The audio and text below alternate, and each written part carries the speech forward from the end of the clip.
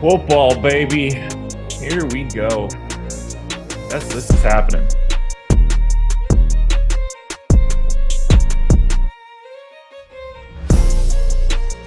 And we are live. Welcome to the NFL First Look. It's everything, though. 3.5 hours of NFL coverage is starting right now on the Stochastic YouTube channel. I am Josh Engleman. Thank you for joining me starting off this day, kicking off the NFL season. We're brought to you by Owner's Box, and I promise you I'm going to touch on Owner's Box in a little bit. But first, you guys know the drill. You know exactly how this has to start. Hit the like button. We want to see that number climb to extraordinary heights. Subscribe to the channel. Hit the notification bell. Follow me on Twitter at Josh Engleman. I'm going to break this bad boy down. We're going to zip through a couple positional things. We'll talk about some stacks at the end. I am just priming you guys. I am the fluffer for the NFL Deeper Dive show. I'm getting you guys ready for the big event that kicks off at 10 a.m. You don't have to go anywhere once you're here, by the way. Stay on this stream. We will take you all the way up until lock. Guys, what's going on, chat? What's up? It's good to see you guys. What's going on? Ramsey in the house. Haven't talked to you in forever. I hope you're good. A lot of names that I see in here that are regularly around the MLB streets. A lot of names that I don't see at all, ever. New people showing up, watching the show because I'm not in the NFL streets all that frequently. You get me for contenders content. You get me for Monday Night Football contenders. You get me for Thursday Night Football contenders. I'm going to get into the Sunday Night Football contenders starting next week, but there's just too much going on. We're locked and loaded here. This is going to be fun, man. This is a tough slate, too. That's the big thing to talk about for today, because as I look at this week one slate, sometimes you can end up with pretty wild value plays because we get salaries out pretty early. We don't really have anything crazy going on yet. In our last run of ownership, the highest owned guy that we have projected today is 19.7% to Tyreek Hill. We don't have a single person north of 20% in our most recent run of ownership. Maybe that changes a little bit as the day moves forward, as we get closer to 1 o'clock. Maybe we get some weird inactives or something that unlocks something new.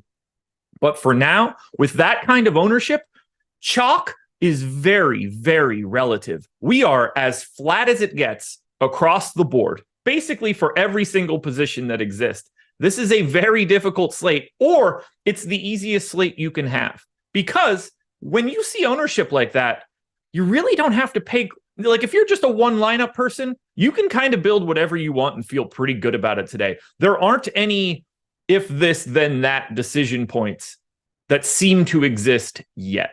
And that, I think, is kind of fun. Nicholas Robertson says, Josh, I'm still drunk. That's the way to do it, I think. That's the way to do it, right? It's the first day of the NFL season. I think you're allowed to drink.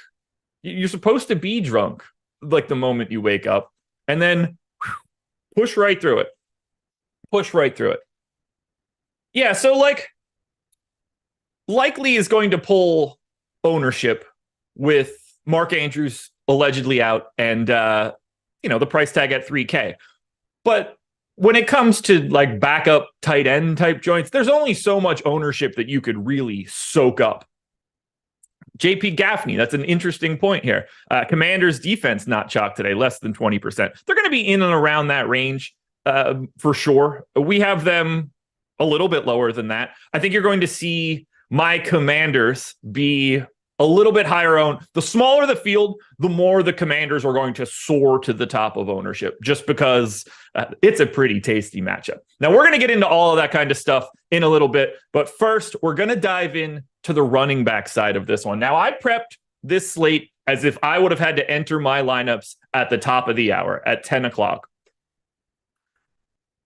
And as I look at it, it's very, very scary to me, because if you look at the top of running back, we've got four guys north of 8K: McCaffrey, Eckler, Chubb, and the Rook, Bijan Robinson. But all of these guys are between 7 and 17% ownership. Now, 17, I guess, is extreme to a degree for this slate. That 17 going to Austin Eckler is the high mark of anybody, at least so far. But that's not anything crazy. I think you can cast a pretty wide net if that's the path you want to take. So I loaded up all of the data that I could.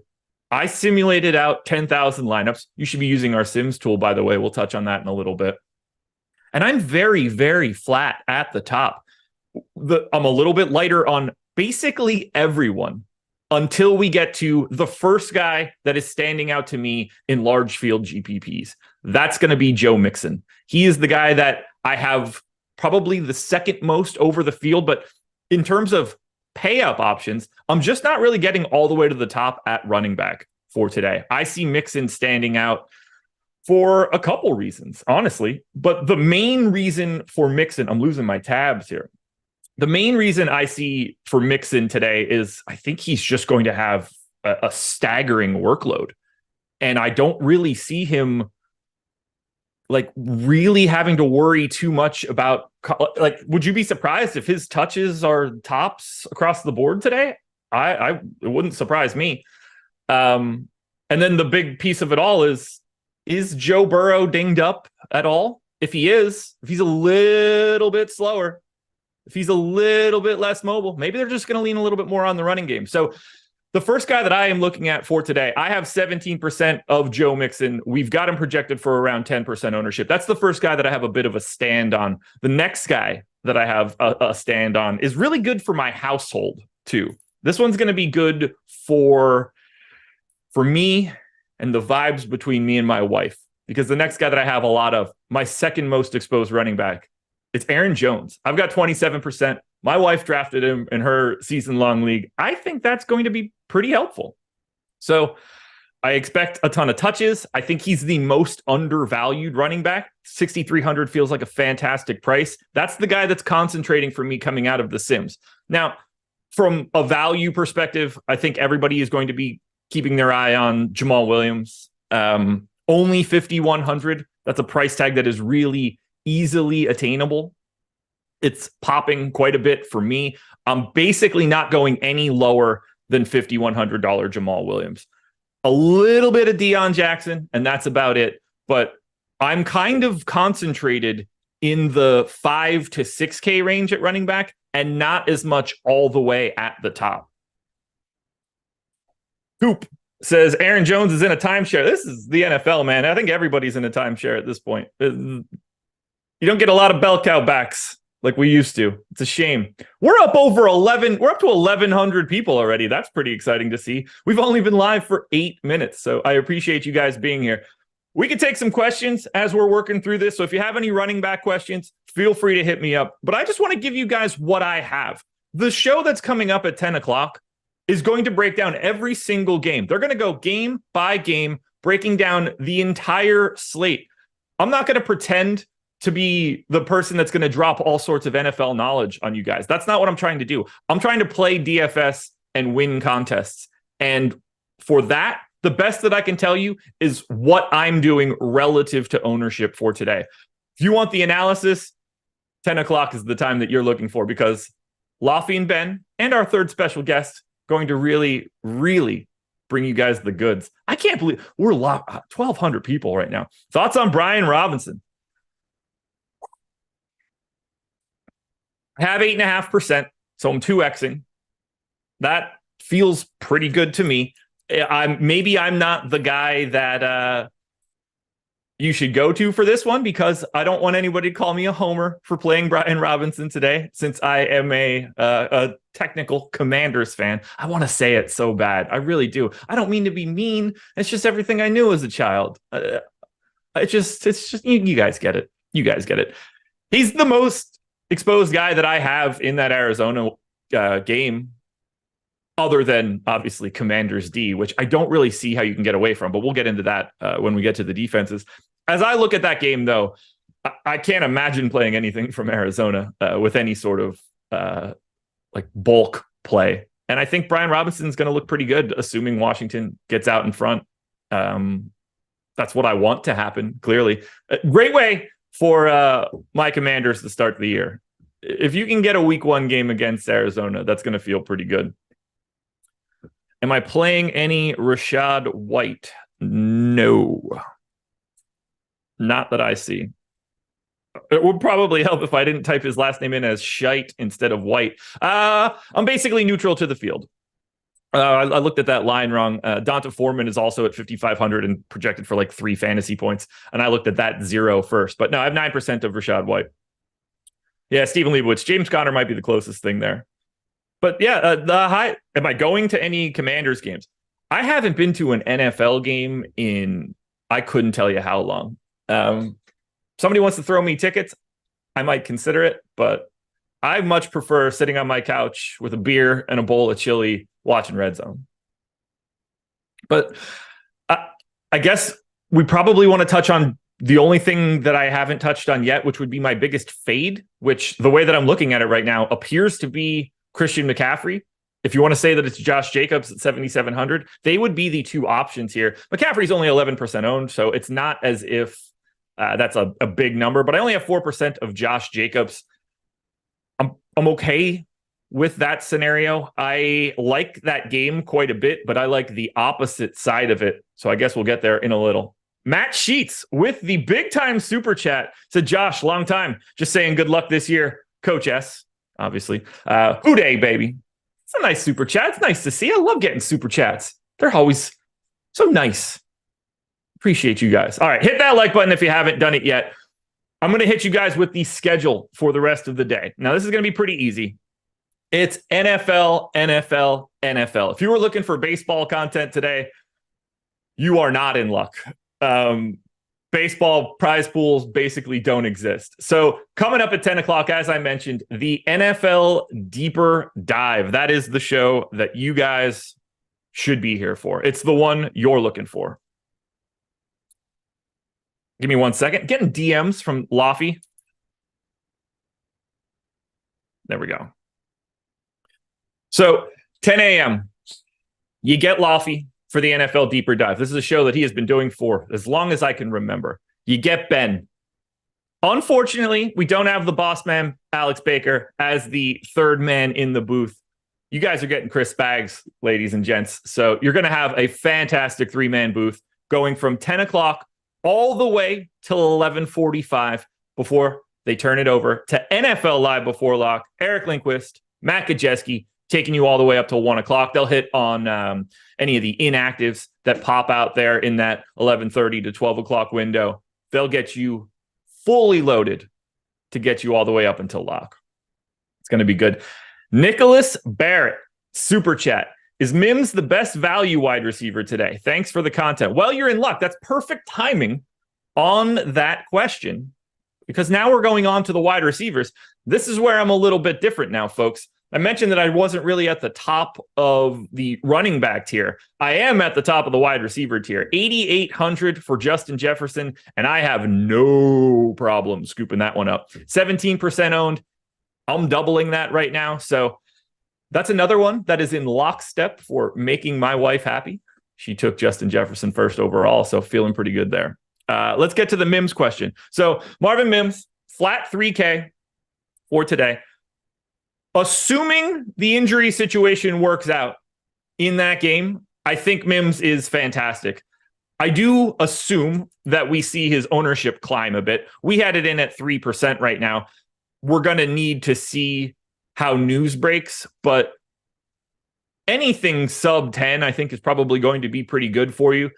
If he's 3% owned, to me, that's probably the best value option you're going to find. I have 14. I have a little bit more of Kendrick Bourne right now, if we're talking value options. Also, only 3,300, so we're talking about $300 price difference. Depending on how much you want to say for value, like Zay Flowers is also there. He's at 4K. But for you, Nicholas Barrett, if Mims isn't the best value wide receiver, he is very close. Definitely a guy that I'm getting to, and I am much above the field now. One of the 3 guys that I have my eye on for value wideouts. After that pretty big stand on Justin Jefferson, I flatten out a bit. I see Tyreek Hill, Jamar Chase looking pretty similar. All 3 of those guys are all around like 17% owned. They should be. That's proper ownership. The guy that I think is a little sneaky, I don't know what you guys trying to do here, but I'm very interested in Devontae Adams. 9% owned. I'm getting twice as much. I like this spot. Handsome Jimmy G slinging the ball around. I'm getting to a little bit more of Devontae Adams than I expected to earlier today. Adam, if you're going to be in chat, you want to just sign on to the show? Pop into the Zoom, man. Don't talk a little football? Or do I have to wait for you I got another month and change before I get to talk to you again? It's brutal. The other guy that I have a massive stand on for today, this is the one that I'm pretty excited about because he's a man of our people. $6,500 Calvin Ridley, 12% owned. I've got 29. Calvin Ridley is my second most exposed wide receiver, and I'm pumped for it, honestly. I hope he bets on himself. It's good. That would be great. I hope he's betting on games today. Just doing the things that he loves to do. But this place looks like Indy's defense is not something I'm super worried about. I've got a pretty decent stand on Trevor Lawrence, which we could talk about in a little bit when we get to the quarterbacks, which we're going to zip through, by the way. I think Ridley stands out. I think this is going to be a great price. I think that price tag climbs over the next couple of weeks because I think Ridley is going to be back. And I think a game today against the Colts stands out. So I'm really excited to play Calvin Ridley. Welcome back, Calvin Ridley. It's good to have you. We missed you last year. We missed you. You would have, we've had all these sportsbook deals, man. I hope you were watching our shows. You would have been right as right. You could have signed up for all different kinds of things over the past year. In terms of big fades, I don't really have anything on the wide receiver side because the highest owned guy is Tyreek Hill at 19%. It's really hard to get miles under the field if no one's getting any ownership. If anybody has any wide receiver questions, feel free to pop them out into chat. But now we're at the halfway point for me. I got about 10 minutes before I got to bounce. I have to talk about Owner's Box right now. They are the sponsor of this show. You've been hearing us talk about Owner's Box a lot over the past week or two. Today's the day, guys. If you have not signed up for Owner's Box yet, you got to do it now. You're running out of time because this is the best contest that you're going to get in the industry today. And it's not close. I've maxed it already. We are locked and loaded for Owner's Box. This is the last day that you can get 1 month of our NFL Sims Max package by signing up for Owner's Box. So click that link in the description. You are going to get up to $500 of a deposit bonus. It's 100% match. You put in 500, they're going to give you 500 in Owner's Box bucks. Owner's Bucks, they're called. If you put in 100, they'll match it with 100. Whatever amount you put in, it just needs to be at least $10. And that's going to unlock a month of the NFL Stochastic Sims Max package. Now, if you try to sign up here for Owner's Box tomorrow, it's not going to be a month any longer. So now is the time to do it. You can do it for $10, but I highly recommend putting in more because of the match bonus. Now we got to talk a little bit about the contest. I've stressed this all week, probably for the past couple weeks. This is, by a mile, the best contest that you could enter anywhere in the industry. I assume it will be the best contest that you could enter anywhere in the industry all year. 200K prize pool, 50K to first, just shy of 16,000 entries available. The current size of the there are 6,748 entries in. It is 42% filled. We have a couple hours yet before we get to lock. It seems to me that this is going to be a massive opportunity for, at a minimum, reduced rake and more likely pretty significant overlay. You will never have a better chance to have a valuable entry in any contest anywhere than you will if you enter here. I'm in it. You should sign up using our link. You can use the Sims tool for Owner's Box.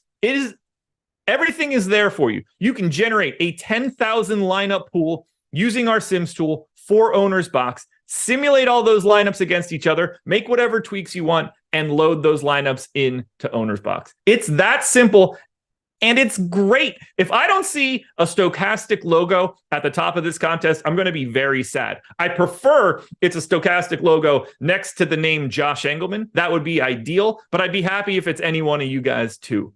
Get in this contest immediately.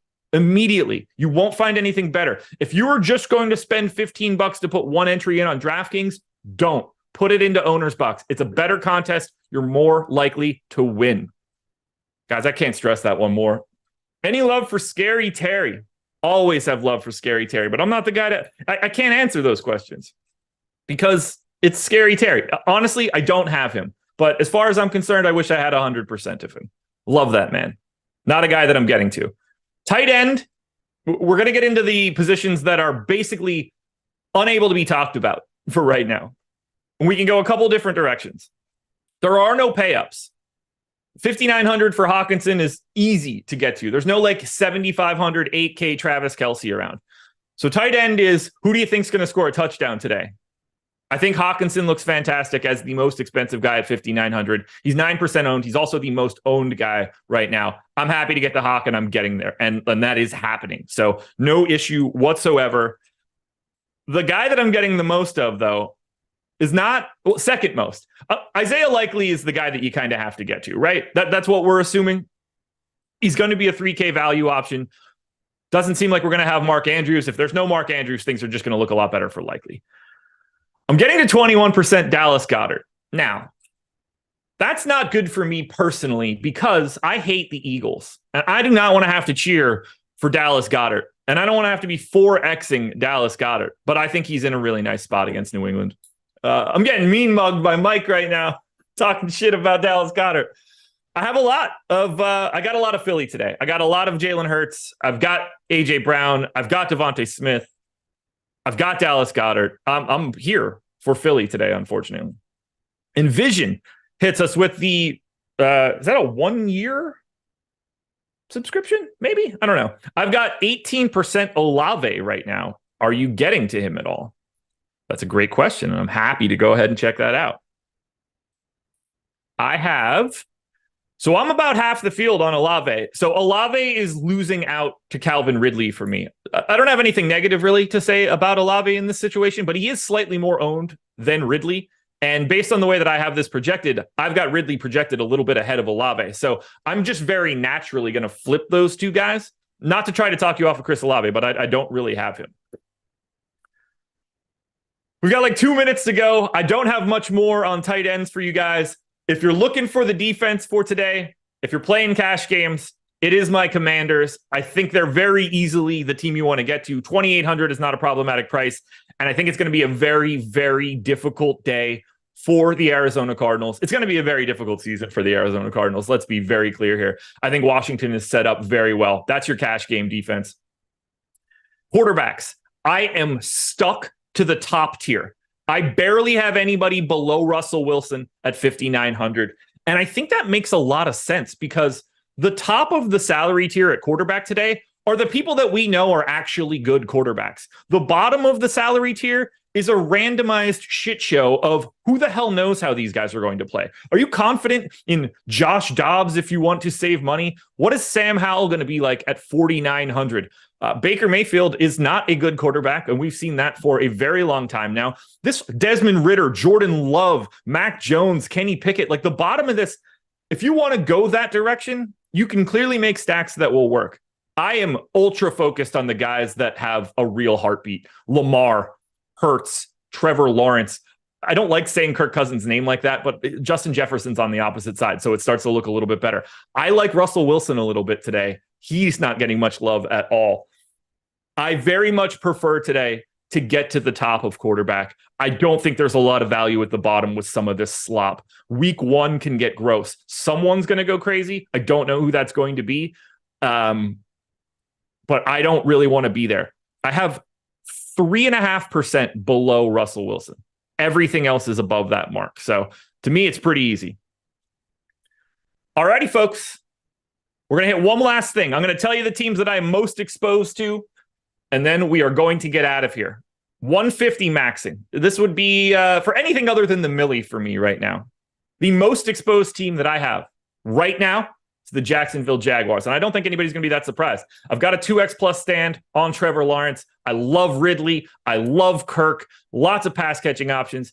ETN looks fine at 7% ownership, but the Jacksonville Jaguars are my number 1 stack for right now. The number 2 team is the Minnesota Vikings. A lot of that is being driven by the fact that I have a third of my lineups with Justin Jefferson. I certainly don't hate that. Hawk looks great. I don't mind getting to Madison as well. He could be involved certainly in the passing game. There's no Dalvin Cook any longer. And then finally, you got to pay attention to Baltimore. There's going to be a lot of value here. Lamar clearly looks great. I think it would be very difficult to not want to get to a little bit of Lamar here against Houston. Those are the three teams I have the most of.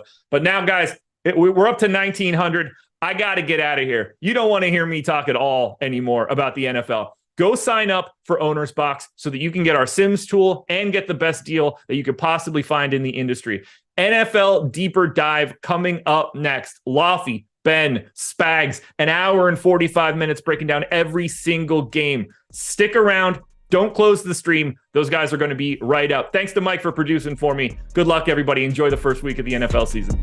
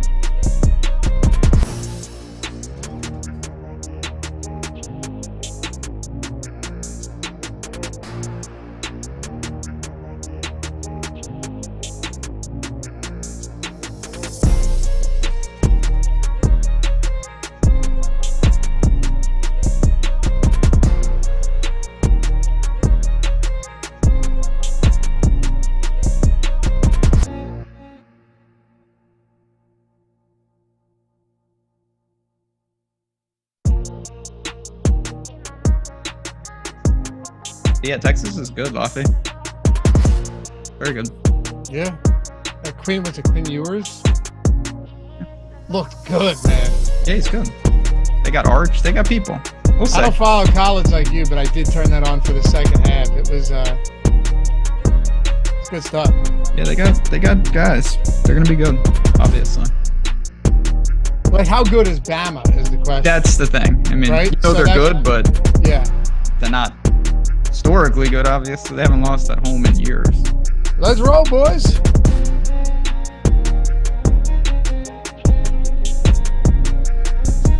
Hey, what's going on, everybody? We're back. Yeah, it's the football season, week 1. We had Thursday. That's a teaser. That's like blue balls style when it comes to the NFL. And you've been sitting here for the rest of the few days just waiting for a release. Well, we've got it. I'm Dave Locker and Loughy_D on the X. I'm making the transition on the X. Sounds better. The X sounds a lot better than X, so I'm going to refer to it that way. And I'm hanging out, as always, with Ben Rasa at JazzRaz DFS, jack of all trades, master of many. What's good, brother? You ready? I'm ready. Yeah, I think I'm ready. It was a long day yesterday, a little college football action. We may talk about that, but no, I am ready. I think we're ready. I know Chad is ready. I saw them excited for Josh's show, so I know they're excited for this show. Yeah. Come on now. Josh does a very good job solo, though. I feel like for this type of stuff, he's almost suited for that. But guys, Alex Baker taking a little time off content, but do not worry. We got somebody that you know and you love. And if you don't know him, you're going to come to love this man. Chris Spags was with us for many years. He comes and goes at times, but he will be a permanent fixture on the Deeper Dive this season. Follow him at Chris Spags. Seriously, go and follow him at Chris Spags if you're not already on X. What's up, brother? Good to have you here, man. I'm excited to be here. I mean, I mentioned to Loughy and Ben before the show. I put the show on in the background every single time when I was doing streams with Josh last year. Of course, Josh's star shines so bright now. I can't even do the show with him. But I'm excited to be here on the main event, the show that moves markets, the show that gives takes about everything. And I get to move from the flaming embers of Football Outsiders to come here and give true outsider football takes to hopefully a flock of people that'll be excited to hear it. So I'm happy to be here with you guys, and thanks for letting me in. Kind of sucks, man, because I loved using Football Outsiders data. Yeah, it's, I don't want to say too much, but, people trying to self-preservation, the debts accruing, not knowing how business works, and best traffic year, best sub year ever, and then is what we're dealing with. But, whatever. We move on, we move forward, and frankly, I'm happy to use stochastic data. It was not like I was using their projections. I was using stochastic projections. So we're here, and we're using the data that matters, and that's the stochastic stuff. Damn right, man. Yeah, I was talking about like DVOA and all that stuff, which is great for content production. You know what I mean? Yeah, but, I instead am using EPA numbers for everything, which I think are really good. Some good sites out there doing that. But, similar things. I hope DVOA finds a place to work for itself, right? Well, I'm glad that wasn't backhanded about Josh at all. I just, Devin, it means that he has all of the data and everything in front of him, and there's no one better at conveying that stuff than Josh. But yeah, I'm glad may have subsequently resulted in you being on the show with us every week. We're going to be here for a while. Then we'll turn it over to Eric Lindquist, Matt Gajewski. They're taking you all the way up to lock. So look, nowhere else that you guys need to be than right here, right now. We'll go game by game. We'll break it all down. We'll spend the most time on spots that we think are most important. We'll leave no stone unturned, but forgive us if we don't spend 15 minutes on the Arizona Cardinals. So you boys ready? Let's do it. Let's do it. And hit that thumbs up. Subscribe to the channel. We're at 4. All right. So this is the thing. I did a lot of baseball shows this year, and I could tell you the grind to 200 likes was difficult. Can we just take a second, atone for our sins on a Sunday morning and hit that thumbs up? Goes a long way. Takes a second. Just a little reminder that goes a long way for us. Let's see how high we can rip this for week 1. And guys, this is the last day for the podcast review giveaway. We're giving away an entire year of our NFL Sims Max package. It's a $199 a month. You're getting the entire season of that. Go to Apple Podcasts, wherever it is you listen to podcasts, leave a review, whether it's the funniest, the most sincere, honest, whether it tugs on our heartstrings, brings us back to a good memory. We're going to pick the best one. Today's the last day to do it. And then next week on the deeper dive, announce all the best ones. We're giving out a free season, a full year of NFL Sims Max package. Second and third place are getting the free month of that as well. So leave your review. I can't wait to review them and read all of them. Subscribe to the pod. Greg and I just did a afternoon podcast exclusive, nowhere else. So if 1:30 rolls around, 2 o'clock rolls around, and you go, what's going on? This doesn't look very good. Head over to the podcast. It's a 30-minute podcast. We break down the entire afternoon slate. So we'd love to see you guys over there. Let's go. And I'll get to those super chats in a second, guys. Tampa Bay and Minnesota. Spags, I think it's only right to kick this one off with you. Tampa, 5-point dogs on the road, 46-point total. This total's crept up a little bit. It's in a dome. Minnesota's defense last year, just putrid, particularly in the passing game. But then you've got Baker Mayfield on the other side. Rachaad White, Chris Godwin, Mike Evans. It's not to say that they don't have weapons. We'll get to Minnesota because that's a little bit more obvious. How do you want to approach this Tampa team today against the secondary that, sure, Brian Flores, DC this year, could look a little bit different, but they could also struggle early on, and there's a lot of question marks there still. Definitely a lot of changes have to go on with what they did defensively last year. A lot didn't work. We're terrible at defending the slot, one of the worst teams in terms of EPA per target there. Same thing defending out wide. So Mike Evans theoretically could benefit. But with Tampa Bay, I mean, I know some of the stuff that Baker Mayfield did to wash over what he did in Carolina when he was on the Rams at the end of last year. People might forget how bad he was, but he was one of the worst QBs in terms of EPA per dropback, one of the worst guys overall, kind of executing any of the baseline things you need to do. So I was terrified. I was seeing earlier in the week on the stochastic Sims was playing around with it, and it was saying, hey, Baker Mayfield double stacks, line him up. Now those have come down a little bit as the projections kind of leveled out a little bit more. But I have, some vague interest, I think. Mike Evans playing for auditioning basically for his next team, certainly of interest there. Chris Godwin, we know, can get some checkdowns. It's not historically Baker Mayfield's game, is more of a guy who does force it downfield. But I do think getting some Tampa Bay stacks makes sense. I'm actually curious to hear what you guys think, because definitely have some concerns, but it feels like for week one, like Carson Wentz won slates in week one as a Commander, and we know how that went.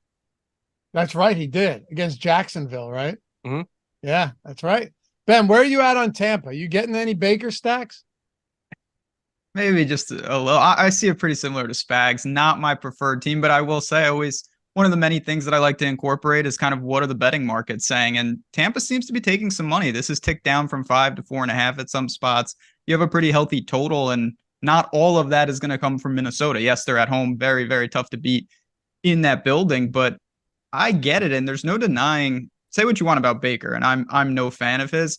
He's got a lot of weapons around him. Godwin and Evans, you've got White in that backfield. There are pieces that can really help you. So when I sum it up with Tampa this week, I think it's more maybe some one-offs, maybe some pieces than the full stack with them, but it's not a team I'm ignoring by any stretch. One of the things for me, and I'm not currently getting to a ton of him right now, and I don't like that because he's discounted. Ben, the Rachaad White piece, because I mentioned all week, I'm interested in him. I know you think Tucker could take over, like at least the timeshare later in the year, but it does feel like Rachaad White right now is the lead back there for sure. Look, this isn't like a Bijan Robinson type talent. I'm not saying that, but if this game stays competitive and he is the guy, game script kind of proof in a spot like this where you'd see him out there on passing downs, you'd see him on rushing downs. He's discounted in a game with a relatively high total, 46. Look at this slate. Outside of that Miami Chargers game, there's really not that much that pops as far as super high totals go. What are you doing with White outside of this passing game? Yeah, I think you mentioned it. A couple things to like. First of all, just giving you a little peek behind the glass. Sub 10% right now projected on our ownership, so he's not going to be crazy popular. And if they fall behind, great. Rack up the PPR points for me. If they're ahead, maybe it's a ground attack with him. So he's really not going to be phased out of the offense, barring something really unforeseen. Healthy total. Price seems reasonable. He's the type of guy I'm actually pretty comfortable getting to. I just don't know if it's going to be in many Baker stacks. Are you on any Rachaad White, Spags? Not getting a lot of them so far. I'm not really worried about the Sean Tucker part. I think Rachaad White's got a lot of juice. Sean Tucker was just kind of a pure volume guy at Syracuse. And it was funny because I've been prepping since January, basically trying to wrap my head around the rookies and all of that because of best ball. I know Loughy's a little bit of a best ball sicko. I'm unsure about Ben's affiliation there. But like, you study these guys and then people fall in love with Sean Tucker and they're like, wow, 25 touches a game. And they were awful touches. Like he did absolutely nothing with him when he played anybody real. The best highlights he had were against like Mercer. So I don't expect him to take this big leap. Rachaad White, though, showed us something last year. Like he was better than Fournette on a per down basis, 0.2 EPA per target when he's running routes. So I think Rachaad White's interesting, but projection wise, it doesn't get me there. I think to me, if there's anything you want to go to here, probably Godwin, Evans, maybe a little bit of K. Dotton, but I think Godwin's the one that really stands out and Rachaad White, not so much. What about Minnesota, Spags? You've got Madison now supplanting Dalvin Cook. You have Jefferson, you have Addison, you have first round rookie. TJ Hawkinson came over last year and really blew up with Minnesota. They have no shortage of weapons. They're 5-point favorites. Is this a team that you see big exposure to today, or are they not even in your top 5? I am getting a lot of Justin Jefferson, and I ran the Sims before the show. I'm going to obviously tweak a little bit and do it after the stream. But I got 34% Justin Jefferson, which I think speaks to the Sims are putting you there that much. I'm certainly on board on the data end. Last year, Tampa Bay, one of the worst teams defending the slot, 0.4 EPA per target. Justin Jefferson, most of his success came running out of the slot. So this is the kind of spot where I think Jefferson coming in, didn't get his contract extension.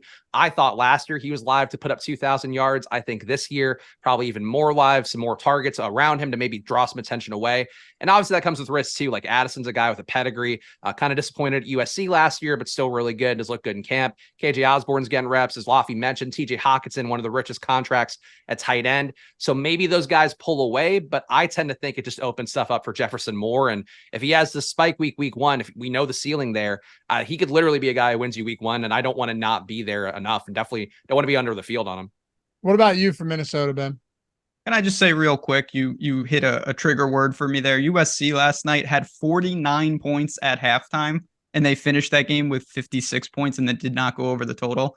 Just a side note. But that's remember when George Kittle had 200 yards in the first half and then did not record a single yard in the second half? Sounds typical. It's called having class, I think. You lay off the dogs at some points. Real classy. Just run it up. Who cares about Stanford? Anyway, Justin Jefferson, he is quite good. Obviously, I'm getting to a similar number of Spags. I ran the Sims as well, playing around with them, and it's great. I think it speaks to the number of pay down options that we have at some of the other positions. It's not a huge opportunity cost. It doesn't mean so far for me that it's, I'm getting a ton of Cousins, I'm getting game stacks. I just have the money for Jefferson. I feel super comfortable in this matchup at home. Volume will be there. Some Madison, some one-offs of those guys, but I'm fine if you have the money going to get obviously a premier target. There's a lot of high-end receivers on this slate, from Jefferson to Tyreek Hill, Devonta Adams in a tough matchup against the Broncos, Jamar Chase, AJ Brown, another pretty tough spot against New England. Is Jefferson right now your highest exposed receiver among the top guys? He is. Certainly, of course, we're going to talk extensively about Tyreek, some of these other guys, but I have him ahead of Chase. I have him ahead of those guys right now. It's going to be not a huge discrepancy for me because, again, my lineups right now, I have the luxury to go up and get a receiver at that type of price tag on the majority of lineups. Few super chats here. Appreciate you guys and all the support. I think everyone's as excited to be back as we are. Brian Weddle, $20 super chat. Thanks, man. Just to say you guys are the best in the business. Appreciate all the hard work. Good luck, everyone. You too, man. Thank you. Corey, hold on. Let me get through these first. Michael Pavlik, $20 just to say like button smash time, folks. See, we got the best viewers in the business. I say it every time and I mean it. I'm not just pandering to you guys. A little bit of both. Yeah, you would never do that. Listen, dude, it's true. It's true. I love these guys. Matt Sheets, what's up, Coach S? Happy football Sunday, boys. Good luck. Hooday. That's a fun game. I can't wait to get to that. Thanks, dude. And Anthony with a $10 super chat. Merry Christmas, fellas. Yeah, damn right. NFL's back. Pick one. Henry plus Godwin or Deion Jackson plus Chase or Mixon plus Higgins. Be the first one for me. Is it? Dion, I think, would be. Dion's coming up a lot for me, which I'm shocked by, but I'm getting a ton of him. So am I. Yep. I'm okay with it with Zach Moss doubtful. Yeah, I mean, AR. Are we that worried about Evan Hull, a 5th-round rookie today? I mean, I wouldn't be right now. Evan Hull went to Northwestern, kind of, I don't know, just a body. People liked him at the Senior Bowl. I wouldn't worry about it. But Deion Jackson, I think the gravity of the Anthony Richardson run pass option. I'm holding a football, by the way. I learned this from Scott Hansen, who did. It seemed odd to me, if we're being honest. Well, look, I know ball, and how do you prove it? By holding a football and waving it at the camera repeatedly. Is that what kind of football is that? This is actually a degree branded football that I got from a PR kit many moons ago when I was still doing I thought it was like unlabeled for a second. I was gonna say you got the good stuff. They're like the Rob Lowe NFL hat, just generic football. But no, like I do think the run pass option with AR, we saw it in the preseason, like, and they didn't have AR tucking the play, so maybe that changes the equation a little bit. But the gravity that defenses have to pay attention to Anthony Richardson when he's doing stuff, when he is a threat in the run game, is going to open stuff up for guys like Deion Jackson. And I think Jonathan Taylor is going to see that and rush his little butt back for week 5, because he's going to see these guys getting unencumbered touches to the end zone. So like a 2-touchdown day for Deion Jackson, I think, is firmly in play in the range of outcomes. We've seen how it opens things up even from a yards per attempt standpoint. Look at Lamar Jackson's running backs, right? Look at Jalen Hurts' running backs. You could throw anybody. Obviously, Philly O-line is like next level. So is Baltimore. But yeah, Corey Williams with a super chat. Then we'll get to Houston and Baltimore here. What's the best strategy approach to an early only slate or an afternoon slate? Stack from one game, low owned leverage plays, etc. Ben, this is a good one for you because I know you like thinking about this type of approach. Yeah, so depending on the side, the afternoon slate, typically you're talking like 3 or 4 games. So I think there you can be a little more aggressive. And what I mean by that, you can say one of these games is going to have a total that it's 20 points higher than the other 2 because it's only a couple games. So I think there are more opportunities for large field tournaments to go onslaught, to go big game stack, a couple one-offs, and say, I think there might be more touchdowns in these 1 or 2 specific games than the whole field. Now, when you're talking 13, 14, 15 games or something like that, I think it's kind of crazy to have 7 players from one game. You would need such a crazy outlier. So I would say just take the same approach, but don't be afraid to maybe have a more aggressive stack or kind of a game stack and hope that game just happens to explode. Houston and Baltimore. Ben, I'll stick with you here, kicking it off with the Houston Texans. 9.5-point dogs in this game. Look, it's week 1. Weird stuff happens. Weird stuff happens all damn season. But this is one of those teams where there's nothing I feel supremely confident at all. Like, even if you go, hey, Dameon Pierce had a great rookie season, sure. But look at some of the similarly priced running backs today, or even cheaper priced running backs that aren't 10-point dogs on the road against Baltimore. And then as far as pass catchers go, I mean, good luck trying to figure it out in week 1. Schultz, Collins, Woods, who knows? Tank Dell going to get some work in here. I don't know. Noah Brown. Like, what are you doing with Houston? Yeah, I mean, a tough spot. I will say I wrote up a Survivor article over on OddsShopper talking about this very game, because if somehow Baltimore loses, you're going to have 40% of your Survivor fields probably down the drain. And I don't see that happening at home today, nearly a double-digit favorite. But to drill down into Houston and the DFS options, I think you said it. There's not a lot here. Maybe run backs if you're getting to like Lamar stacks or whatnot, and that might be Schultz. I really don't have that backfield freaks me out. They could be phased out. Singletary is there. Houston may be better than people think, but I'm not sure that means that they're necessarily in play today. What about you, Spags? I'm curious about Houston over the course of an entire year. Like, CJ Stroud is probably my favorite QB in the draft, who was an AR, just kind of a pure pocket passer, created a lot of value for everything around him at every level of the field. So under 10 yards, plus 10 yards, was best guy in EPA per target on 20 plus yards. So I think he'll get there. The tough part is that they're installing this Niners offense for Houston. It's going to take a while for that all to congeal. Obviously not the same level of talent, either at running back or receiver. I know people like Dameon Pierce, but he was so inefficient last year, just kind of broke some big plays because he's very shaky, had a 33% avoided tackle rate, but not really a guy who's going to have the success rate play after play. So I do think that puts Singletary live to be in the mix as a guy who this new regime brought in as a running back that he could theoretically depend on a little bit more. I think the one guy who would jump out to me would be Nico Collins. But again, jump out's all relative. I could take on a few shares there. Baltimore really bad defending the deep pass last year. 0.8 EPA per target puts him in a tier basically next to Tennessee at the bottom of the league. So I do think Nico, being his bootleg Brandon Cooks kind of thing that he did last year, I think is in play. play, but is that one big play enough to make up for a game where it's like it could just be turnover after turnover? You could talk me into paying up for Baltimore's defense, I think, more than you could playing like a bunch of Texans. For sure. And I think, Ben, on the other side, how interesting did this spot get yesterday when we got the Mark Andrews news? Yeah, maybe. I don't know if I wasn't paying attention. Like that popped up and I was just like, wait, what? Well, he was legitimately questionable, but I don't think there was enough reporting out to act that where anyone really thought that he wasn't going to play. Maybe I read that wrong too, but I assumed he would be out there this week. Mark Andrews, for those of you who have not been paying attention and come here for your information, wise decision, because we got you covered. He's out, or I'm sorry, he is not expected to play. That means Isaiah Likely, who's I think actually pretty good, is going to get opportunity. Also going to be relatively popular. Now, he's not 2,500 on DraftKings. He's not the min, but he's cheap. But then you take it a step further. I want both of your guys' thoughts on this because I think it's one of the most important parts of the slate to try and crystallize. Now you've got a spot where finally Rashad Bateman's healthy. Basement. That's a Freudian slip.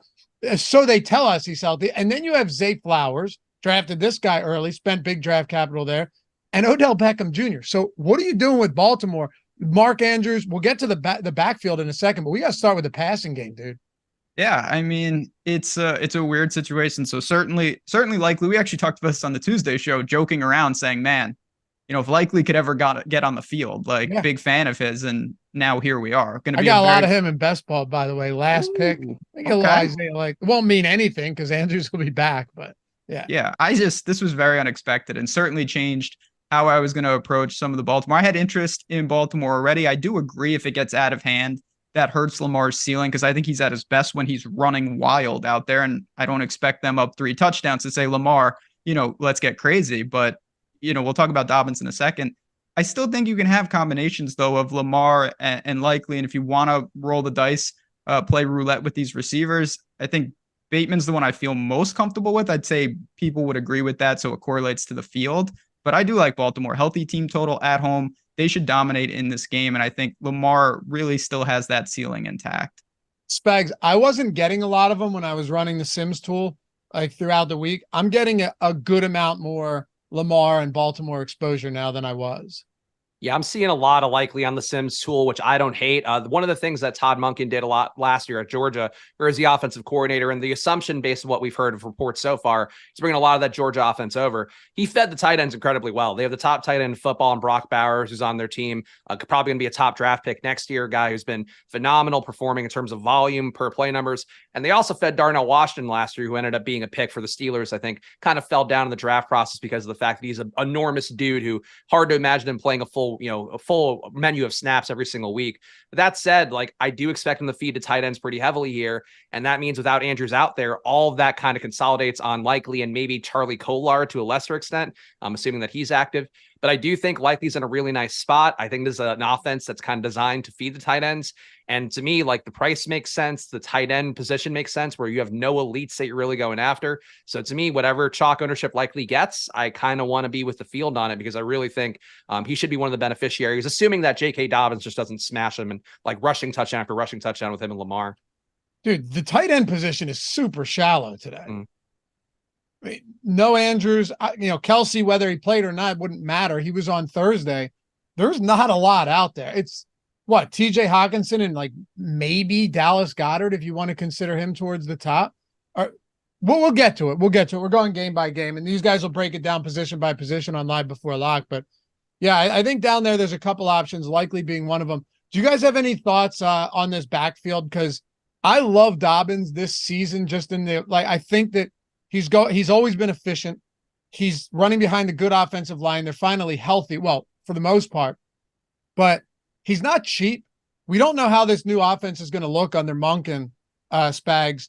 What do you make of, and sure, Gus Edwards is still going to get some opportunities, but from a pass catching standpoint, how much volume does Dobbins see? It's a great matchup on the ground against Houston, but is there enough meat on the bone there from a volume standpoint to get to him at that mid 6K point?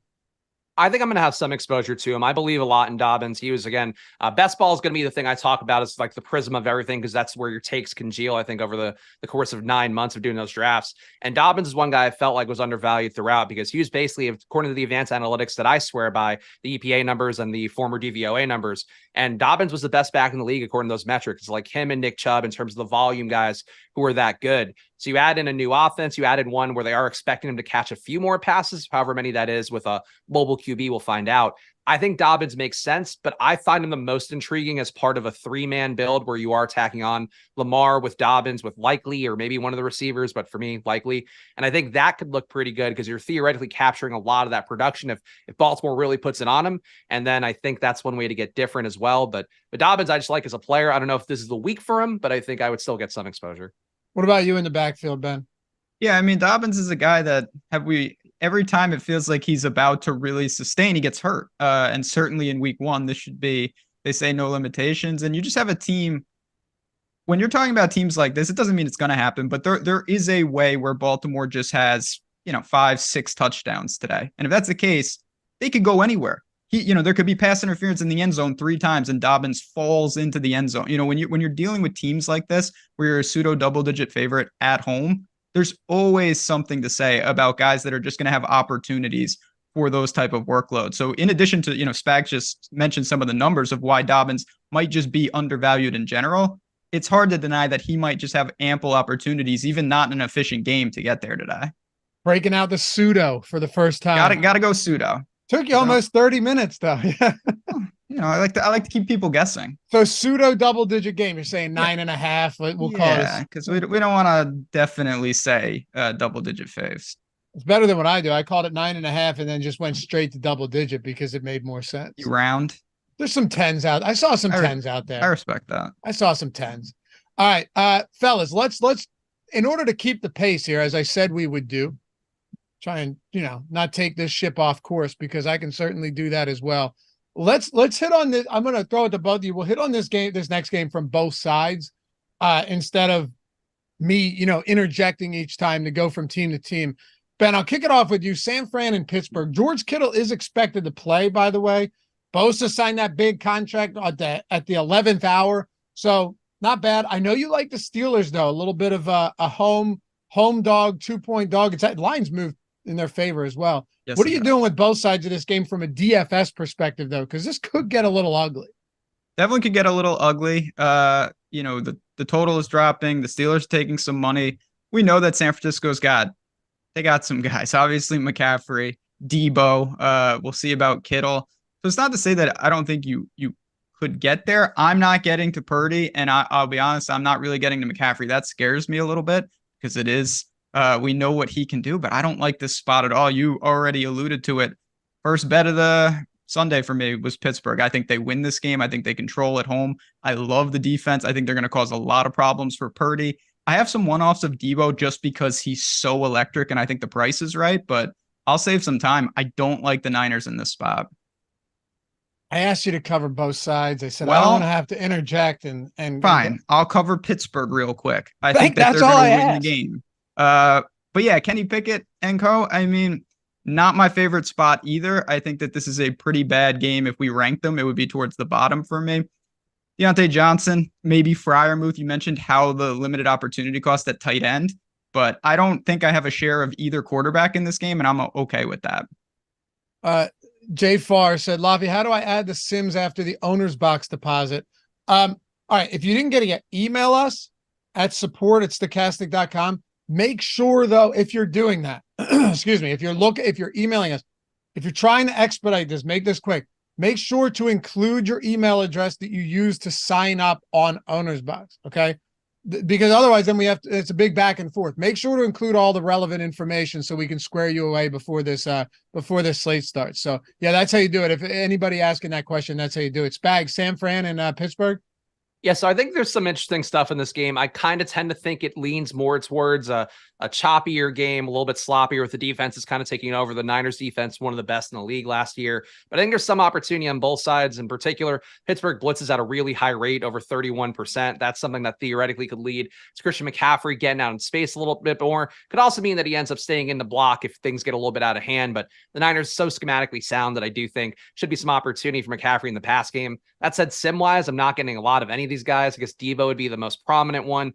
So it's hard for me to force my way there because I just don't find this to be a potential shootout or a likely shootout. It's the best way to put it. And on Pittsburgh's side, I'm kind of with Ben. I think an upsets in play here. The one thing that Pittsburgh can do to attack this Niners defense is go downfield. Niners last year, not great downfield, 0.4 EPA per target. So that would put them towards the bottom of the league. And that means something where that's basically the only way you beat the Niners because they were so great in every other facet of the game. I also am a very big George Pickens believer. I think this is kind of his breakout year as a guy who kind of shows some whiffs of homeless man's Randy Moss to his game. So I think he can maybe break a big play or two, and that could be enough to put the Steelers over the top. But fantasy-wise, like not a lot of volume in anything besides Devo. So I don't want to fade the data that much to go to this game, but maybe there's more production there than it seems on the surface.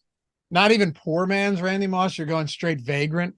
I just feel like that couches it a little bit better because people were so anti George Pickens this summer, like, oh, he can't run anything but go routes. And then he comes out and he's like a monster blocker and he's doing more stuff. And like, this is the leap that guys make when they're an elite athlete like Pickens is. And so I think maybe this year he can get to like, dime store Randy Moss. But right now he's pure hobo Randy Moss. Yeah, transient Randy Moss. He might be able to get vagrant Randy Moss. Jacksonville and Indianapolis. By the way, guys, over 3,000 people watching with us right now. Shout out to you guys. Happy Sunday. Glad you could all join us. And I think we will. Ben, I always ask you, can we get 1,000 likes? You usually go with no. You're a pessimist at heart. I'm not a pessimist. You're like, oh, we got 600 likes. You think we can hit 7,000? It's like, I'm going to go with no. Can we get to 1,000? I think we'll get there, but I'll say I don't think it'll happen before 11 o'clock. Okay. I'll say it's a guarantee we get there by the end of the show. Yeah, I don't know about guarantee. 90%? Yeah. But it won't. It'll be closer than they think. I don't think it's just going to cruise over. That's all right. Fair enough. But would you set negative odds on this? What do you mean negative? On the over. Yeah, the over's favorite. Okay. Yeah. I didn't hear you say that. Hey, let's talk Jacksonville and Indy. So Spags, Josh was talking about he has a lot of Jacksonville exposure when he opened this up with the first look before we headed into the deeper dive. They're 4.5-point favorites. Interesting. That was at 5. Not to say it's a, like 3.5 to 2 or 3 to 2.5 move here, but home dogs, Indy home dogs, significant home dogs, rookie quarterback, but Jacksonville. Ridley, in the best ball streets, this guy was getting steamed to like mid-second round over the last month. Christian Kirk coming off a big season after he got shit on for that contract that they gave him. Travis Etienne, Evan Ingram signed a big contract. You've got Trevor Lawrence at quarterback. There's no shortage of weapons here by any stretch, but are these guys from a DFS perspective, guys that you're prioritizing today? Not for me. I think some of the prop markets out there for Ridley also not the most favorable. I think he's at over under 5.5 catches, which is okay, but basically just barely ahead of DeAndre Hopkins on a regressive offense that he should be going to. So I don't think there's a lot of love out there for that. And sim-wise too, I'm not seeing these guys come up a bunch, seeing under 5% for pretty much all of the Jacksonville Jaguars. I guess a little bit more for Ridley, but it's not enough for me to feel the faith. I think what's going to happen here is that you probably see some early Anthony Richardson mistakes, which pains me to say as the biggest supporter of this guy. But I think what happens is Jacksonville can kind of pull ahead a little bit. And then we see if Anthony Richardson has any heroics kind of coming back from behind. So maybe that would favor an ATN more. But this offense is going to be weird. Like Christian Kirk's not going to be out there in 2 wide receiver sets. It's going to be likely Zay Jones and Calvin Ridley. You still have Evan Ingram commanding a target share. Like the pie is a little bit tight for all these guys. I think if we assume that Ridley is the guy that he was a couple of years ago. So maybe that gives you a boost to ATN, but Tank Bigsby's coming for ATN's lunch too, as a guy who actually can do the things that this team views as weaknesses in ATN's game. So I kind of want to take a week to see how the Jaguars congeal and come together. But I like Trevor Lawrence's concept. I just like, if the Sims aren't putting me there, I'm not going to force my way there because I kind of have questions about how this is going to go. Yeah, I'm not in disagreement with you. Plus, it's a 13-game slate. Like, there are other ways that you can pivot away from this. But Ben, Are you loading up on Jacksonville today? I wouldn't say loading up, but I definitely am higher on them than I think you guys are. Just they grade out pretty well in the top stacks tool. An indoor game, a healthy total. I think this could be competitive. And you mentioned it, Spags. I kind of like that game script. I think that Richardson, and I think a lot of people think this, he's going to make 3 or 4 dynamic plays and probably 3 or 4 pretty bad mistakes in these early games. And that could really, put the dominoes in motion for some easy touchdowns, whether that's Lawrence to his pass catchers, whether it's ETN. And then it sets the stage to let Richardson do what he can do, which is bring you back. It may not be glamorous. And I kind of like that. So for me, this is a big boom bust game in the sense that I think there's a lot of ways it goes crazy. I think there's a lot of ways it's really ugly on both sides. So for that reason, I'm pretty comfortable getting to some Jacksonville stacks. Spags, you told me before the show started that you are now a Colts fan because of Anthony Richardson. I literally, so I don't buy jerseys. I have the AR jersey that I would put on whenever I draft AR on stream. In a best ball draft, I'd put it on. It became a bit on the Splash Play channel where I'm doing most of my content these days for myself. So basically, like for AR, I think he is a guy that is a transcendent talent. I think he is a guy that can be the Steph Curry of the NFL kind of thing, where he is like what the game is moving towards. And he has the best coach. Loughy and I were kind of talking about it a little bit, but Shane Steichen coming from Philly as a guy who helped bring along Justin Herbert as a rookie and then also helped bring along Jalen Hurts. I think he knows how to handle this. They were scouting the best run plays as QB runs from college, from high school, bringing him into this offense. And I think it's going to be something unique. And Anthony Richardson, better missed tackle rate than all the running backs in the class, 38% avoided tackle rate for him. He's going against the Jags team that last year gave up 0.4 EPA on QB rushes. So basically, like, it's kind of a perfect storm for his debut, but I still expect him to throw a pick. I expect some of those kind of miscommunication things, mistiming things that we saw in the preseason, but I think he's very live. And that's part of it too, is that I would rather have a Jacksonville receiver, I think, with AR than I would like to have just Trevor Lawrence with him, because I think AR's going to have to do everything at his hands until Jonathan Taylor's back out there. Definitely check out the Splash Play channel and the pod with Spags and Pete Overzet. Look, I agree with you. I disagree when earlier before the show you said that by next year Jalen Hurts would be the vagrant Anthony Richardson. That was odd. But at the same time, look, we just kind of teased it a moment ago. The Deion Jackson spot to me, Ben, if Zach Moss was active, I would have some real reservations about that. I would probably not get to much at all of this game in the backfield for Indy. Deion Jackson last year when Jonathan Taylor was out. Remember Deion Jackson got hurt in one of those games, but his volume was significant. Now, it was also with statuesque quarterbacks, so I don't want to, it's not apples to apples here. But if he does see the majority of snaps, I think Jackson at that price is probably a guy that we should be talking about quite a bit. Whether you love him or not, he belongs squarely in the conversation. We got to figure out what to do with him. So he's definitely in the conversation. The price is very, very appealing. If he receives, and these are the things we have to infer because we don't know. We don't have a sample of what happens when the pocket breaks down. Does Richardson dump it off to a running back that could be Jackson and he really has a healthy floor? Or does he pull it and run? Is Hull involved in that type of situation? Does he get phased out if the Colts get crushed? Because he's going to need, if there's lack of touchdown equity, he's going to need targets. There's no doubt about it in my mind. Having said that, I think Spags, you said this earlier. This guy's when I ran the Sims tool, I was just like, did I select the secret filter that's only Deion Jackson lineups? Because this is crazy. So I did get a healthy amount of him. Obviously, I'm doing some tweaks because I don't want to go crazy, but he's an important piece and I'm okay with it. I still think at that price, it's got a lot of paths to success, even if it's not perfect. I loved your logic when we talked about like owner's box because it's super flex DFS. How you were like, hey, I would run Richardson back as the super flex spot without any pass catchers. How are you playing him today in traditional spots? So I do have some, just because I think there are scenarios where he has like multiple pick sixes and then he's just amazing in the sense of garbage time. He uses his legs, that type of scenario. And it really does when at least when I was building, if you build with him, you're able to go get Eckler and Jefferson and those type of players. Whereas if you build with Fields or Lamar, the opportunity cost at quarterback is a lot different. So he's not my favorite quarterback.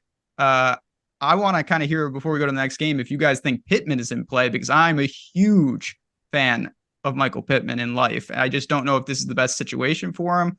But that's really the extent for me. I have some just because there's no doubting the upside with Richardson, even though I think the floor is very, very bad. Are you single stacking, double stacking Richardson today, Spags? I think you can do doubles. Single would feel more comfortable, but doubles are the better tournament approach, I think, with a higher win rate across everything you see sim-wise this week and in general off the longitudinal stuff from last season. So I would like to get a double stack if you can. I think Kylan Granson would probably be the one I'd go to. I think Pittman's live. Like, he had a tremendous target share. I think had a 33% target share in the preseason. Should also be going in the slot most of this one, and that is probably the weakest spot in terms of this Jacksonville defense, giving up 0.32 EPA per target to players getting targeted out of the slot. So I think Pittman's alive. I think he makes sense price-wise. I like those builds. I think, again, another one where you can go with the running back and the receiver would also be fine. Deion Jackson and Pittman with AR, I think, would be kind of interesting, though maybe you want to bring back on that one. But overall, I think that there's a lot of ways to do it. And one other thing that I didn't note, Indianapolis played with the fastest pace in the preseason, and that's apparently been a big focus for them, is they want to get him thinking fast. They want to get them playing fast because they know they can kind of capitalize on the advantages that AR gives them if they are playing faster and not allowing the subs and all of that. So I do think that you're going to see a lot of play volume, and then subsequently, maybe that makes Jacksonville more interesting because they're just going to get more play volume on their side if they're 3 and outs for Indianapolis. Favorite plays from this game, Spags? What, do you want me to put the jersey on it? I think we know who it is. It's AR, but I think Pittman too. And then besides Pittman, you can talk me into some ATN, but yeah, it's really an AR thing, and Pittman along for the ride. And then Deion Jackson, of course, we talked about as the value play du jour. Yeah, I think just from a value perspective, I'm probably highest on Jackson today. Could it go south? Sure. But when you're getting that type of salary on a guy who could, in fact, I know they said they might play the hot hand there, but if he gets hot at 4K and Moss is out and there's no one behind him but a 5th round rookie in Hull, that could get nice, especially if he gets a little passing down work. Ben, your favorite plays from this game? Yeah, certainly there's a case to be made for Jackson just because of the salary. And I'm higher on Ridley than it sounds like you guys are. I think that with Lawrence, he really could have a big year, and it could start in week 1. All right, guys. So I just reached out to Jordan Frank, Ben, our chief business officer over at Stochastic. And I said, hey, I'm going to let people know about Owner's Box. Most of you guys already do. It's like, can we get them access if they sign up before the deeper dive? And he said, I'm getting hammered at customer service, but 11:15 Eastern is the deadline in order to get access. Otherwise, we'll try, but we can't guarantee it. Well, that's 30 minutes. And if you guys are unfamiliar with Owner's Box, I already took my $500 deposit bonus. I signed up. I got my entries in today, $200,000 prize pool and their flagship week 1 contest, $50K up top, super flex contests, and our NFL Sims tools, which you're getting completely free when you sign up using the link in the description or the one in the chat, right?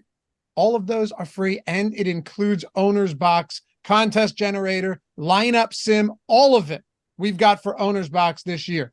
That's huge stuff. So let me recap. First of all, awesome super flex contest. What's it filled at, Ben? Do you know what we're at right now?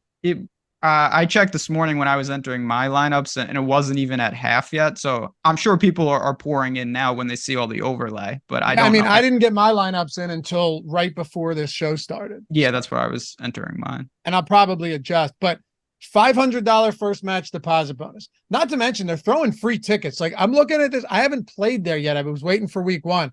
I have 6 tickets. 6 free tickets, a $10 one, $5 one, some other stuff in there. Superflex DFS, which, as you put astutely noted, Ben, it's unsolved up until this point, which makes it even more intriguing. And our entire NFL Sims Max package. What does that entail? Well, our brand new contest generator and NFL lineup simulator. That tool is going to change the game, hands down. It's $199 value for all of this for the month. Ownership projections, player projections, the lineup generator too, if you want that, top stacks tool. All of our showdown data and tools is included in that on top of the Sims tool, and you're getting access to the premium Discord. The minimum deposit at Owner's Box is $10 to get you in the door. However, I would recommend taking full advantage of these deposit bonuses, putting in whatever's possible, because that's going to help you in the long run. Most of these other sites aren't just throwing money at you like this. So ownersbox.com, check it out. They're at 7,200 right now out of 15,600. I think we'll get it to fill quicker but it's looking like we're going to have significant overlay there, which is why I got my lineups in earlier this morning. So link in the description and chat. Today's the last day to get the free month. The last day to get the free months of the NFL Sims package. Hit us with an email. We're going to try and get it to you, or maybe don't. I'll ask Jordan if you should wait or if you should email us first. But get in, and if you get in now, we'll get you in before the slate starts. You can mess with the tools and have access to all of that. All right. Spags, let me shoot this one back over to you here. So we got 4 down. We're heading into the next one, which is the Cincinnati Bengals and the Cleveland Browns. In many ways, this game scares me. In many ways, I love this game. Burrow coming back.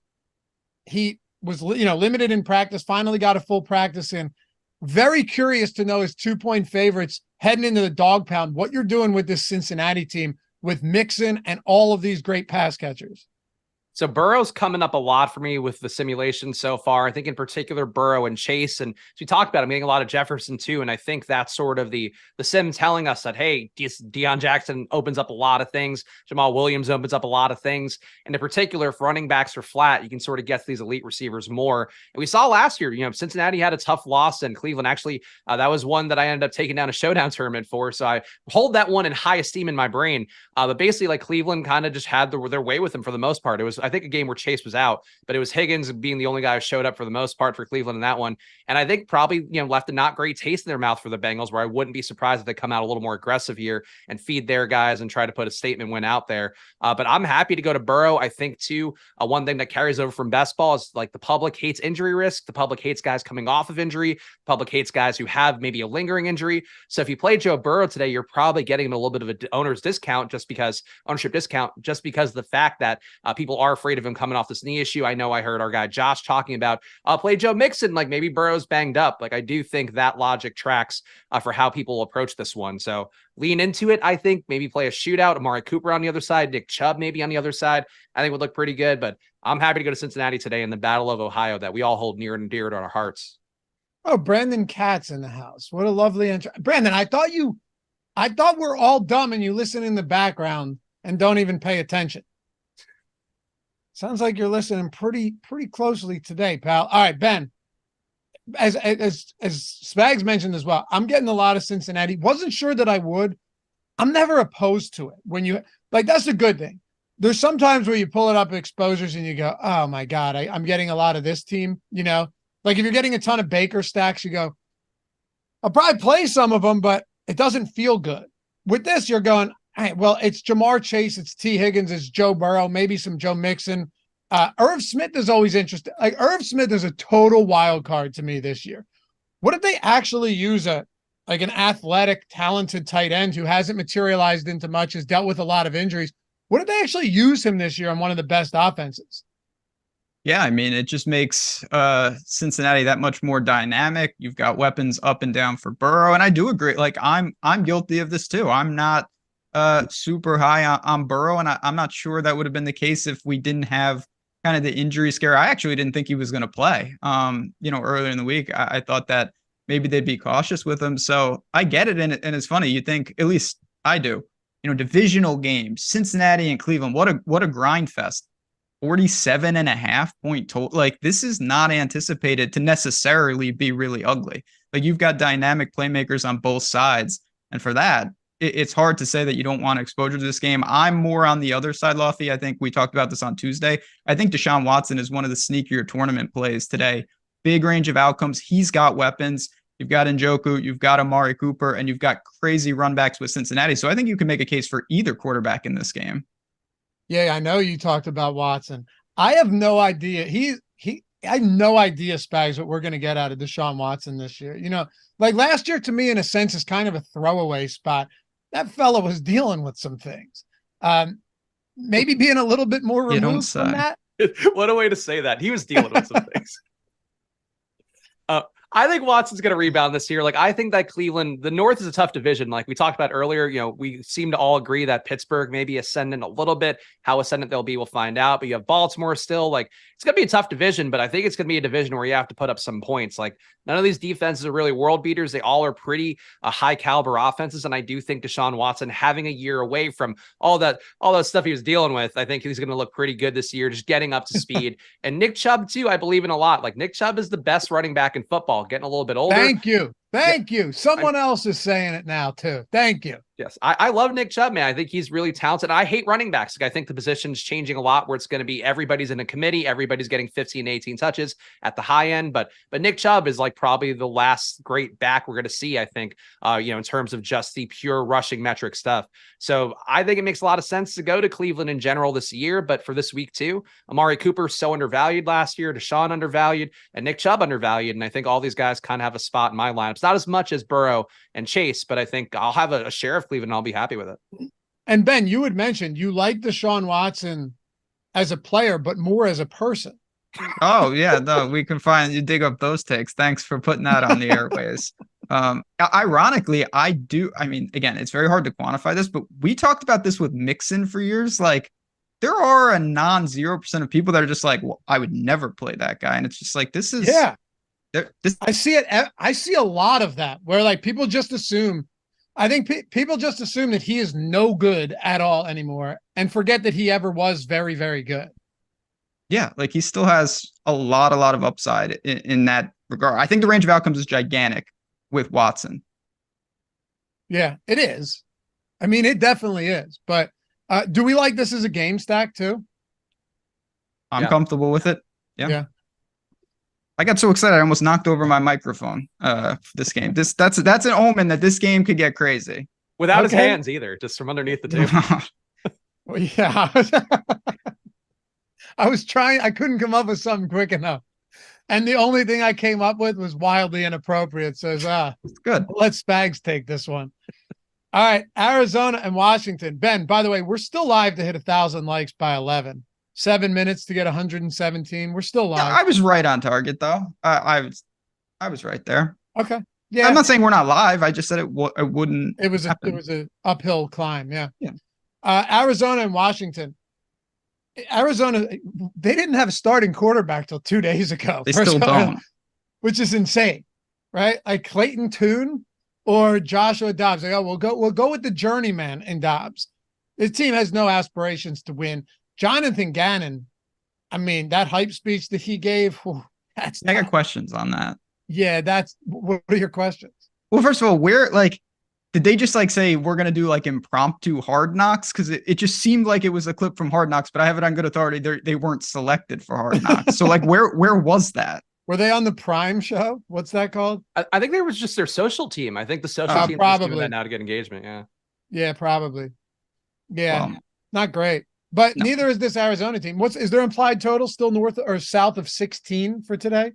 Like, yeah, it is. Do you have anything? Like, are you getting any James Conner thinking maybe he'll get enough work in the passing game for something to materialize? Because as far as the pass catchers go themselves, like McBride, Marquise Brown, Rondell Moore, like, I know Wilson was a darling leading up to the start of the season in best ball leagues, but this is a team that has a 15.5 total today. I don't have a ton to say. You made the case for Connor earlier in the week, and I get it. Volume alone might put him into relevant conversations. This is the worst team in the league. Everybody knows that. They're in the Baltimore category of if they win today, your survivor pool is going to be decimated because they're absolutely horrible. What about you, Spags? Anything? Thank you for that quick analysis on Arizona. What are you doing with this Cardinals team? Anything interesting for you, Spags? It looks like I got one share of Marquise Brown, so that's about all I can say sim-wise. I think that there is a world where James Conner has an okay year because running backs perform better on bad teams than receivers do, just because of how the nature of that push-pull. And I do think there is a world where, like we talked about, I've been saying this since like June, that I thought the Cardinals were going to tank out this year. And then the Vegas Lions come out. They're an underdog in every single game. We have this Kyler stuff going on where I think goes like maybe week 8 to 10, and he goes to show he's healthy. So they have the flexibility to either trade him or to, move the top pick if they want to go that way. But I think more likely try to trade Kyler. So this season just seems like a bad one. And if it is a bad season, we already saw the Cardinals do it last year where they just gave the ball to James Conner a lot and said, here, just go ahead, have fun with it. And that's a chance that could be the case. But how much success do you expect with that? I don't know about a lot. The Commanders D is pretty okay.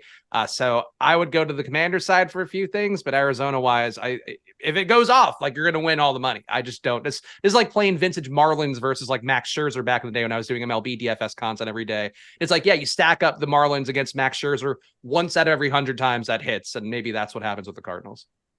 I'll tell you what, though, Spags, when it comes to Washington, and I've been talking about this a lot this week, I know it's uncomfortable because the backfield is like in many ways a timeshare. Maybe Gibson gets all the passing down. I don't know. The preseason was kind of weird with these running backs, right? Like, I think Robinson saw 5 targets in one of those games against Baltimore as well. But I can't help but have some interest in this backfield because they're 7-point favorites at home. And the Cardinals, let's just assume the offense is as bad as we expect it to be. Their defense is also projected to be one of the worst in the league. Outside of safeties, this team has essentially nothing. So what if Washington with Sam Howell at quarterback just decides like, hey, we're going to run the ball a ton. They did that against the Eagles to keep the ball out of their hands. It's a different philosophy here with a bad offense on the other side. But we saw them run like 47 times between their running backs last year against Philly. I think they're live to run the football a shit ton today against Arizona. Yeah, I would agree. I think, Brian Robinson, a guy you give some grace to with how he played last year, where he still looked okay, like got the volume. Clearly they had a commitment to give him the ball, but he got shot in the butt before the year. So even if he was basically average, and that was with getting shot in the butt. So year 2, you expect him just no the way shots you in the say, butt. I know you're not trying to be funny, but the way, hey, a guy got shot in the butt. Like, it doesn't happen very often, but I think we have to account for that analytically. And, again, this year coming in with a healthy butt, you got to expect that he's going to be good to go, a little more functional out there. But I think he's the better back out of the two, with Eric Bieniemy coming in, being the OC, being the play caller. I do think Gibson gets one more shot at salvaging his career, but I also think the fantasy community keeps holding these Antonio Gibson games from 3 years ago in like tremendous esteem as like, oh, this guy's got so much juice. And we have not seen that in multiple years. Whereas Brian Robinson was pretty good at Bama, again, coming 2 years ago now, but still was good, caught passes there too. So Robinson, I'm surprised I'm getting less of now with the Sims. Was getting a lot earlier in the week, maybe because of the ownership coming up. That affects things a little bit, but I still like Brian Robinson. I think he's the back I'd prefer, but Commanders D is the chalk, and I don't know what to do with it. I'm curious what Ben thinks, because it's so much Sim ownership for the Commanders D, and it seems like that's the right D to play, but as we know, defenses are more volatile than anything. Yeah, we actually had a super chat on that exact topic from friend of the show, from Goody, saying, by the way, the king of super chat etiquette. So good. Right in the game, cover it. Really good stuff, as always. Starting the year off right. So I don't have a great answer on it. I think that for me, I try not to let defense define anything, which means I'm going to have a decent amount of the Commanders, because if they do what they're supposed to do, I'm glad I'll have those shares. I think more likely than not, we'll be looking at red zone and some random defense will catch a triple pop-up and return it for a touchdown, and it won't be Washington. And I'll be glad that I didn't just jam them in to give myself some additional outs. So for me, they're probably going to be my most popular defense, but I think for the field, they will be one of, if not the most popular defense. So I don't have a major stand with them. They should handle the Cardinals and have ample opportunities. Yeah, and look at Thursday night with the Kadarius Toney in the hands. The Lions defense. I my only good showdown team just randomly had the Lions defense. Just fluke. Not because you liked them. Just no, I didn't even know I had them. I was just like, oh, well, that's useful. But for what it's worth, though, totally understand why the Commanders' defense is chalk today. It should be. And I know what you're saying as well. But Spags, the problem, or not even the problem, but the reason, they're $2,800 against a team that has a 15.5 total with Joshua Dobbs at quarterback. Yeah, and I love Baltimore's D, but they're like $4,000. So it's, you're saving so much money. As we talked about earlier, this allows you, if you play Deion Jackson with them, if you play Jamal Williams with them, if you play Isaiah Likely with them, then you are saving so much money, giving yourself a really good projection that allows you to get to Tyreek, that allows you to get to Chase, to Jefferson, and all of those guys. So I think they might be a necessary evil on the slate, but I was watching the video that Steve Buzzer did with Greg explaining the stochastic sims and going through it. And Steve saw the Commanders number, was like, well, I don't know that I'd go with that. So that's what I'm kind of taking away, is that like the sims maybe a little bit higher, but the nature of defense makes it so like you kind of have to manually scroll that one back, just because, as Ben mentioned, punt return touchdown, somebody else getting a sack, pick six, fumble kind of thing. Like, it's very live given how big the slate is that somebody else can beat the Commanders D, even if the Commanders D is the safest by a wide margin. Yeah, like you want to have them, but if you have them in every lineup, that's when it could be a little bit troublesome. Yeah. All right, let's keep it rolling here, fellas. And let's see. It's 11:02. You were right, Ben. We didn't get there. We're at 999.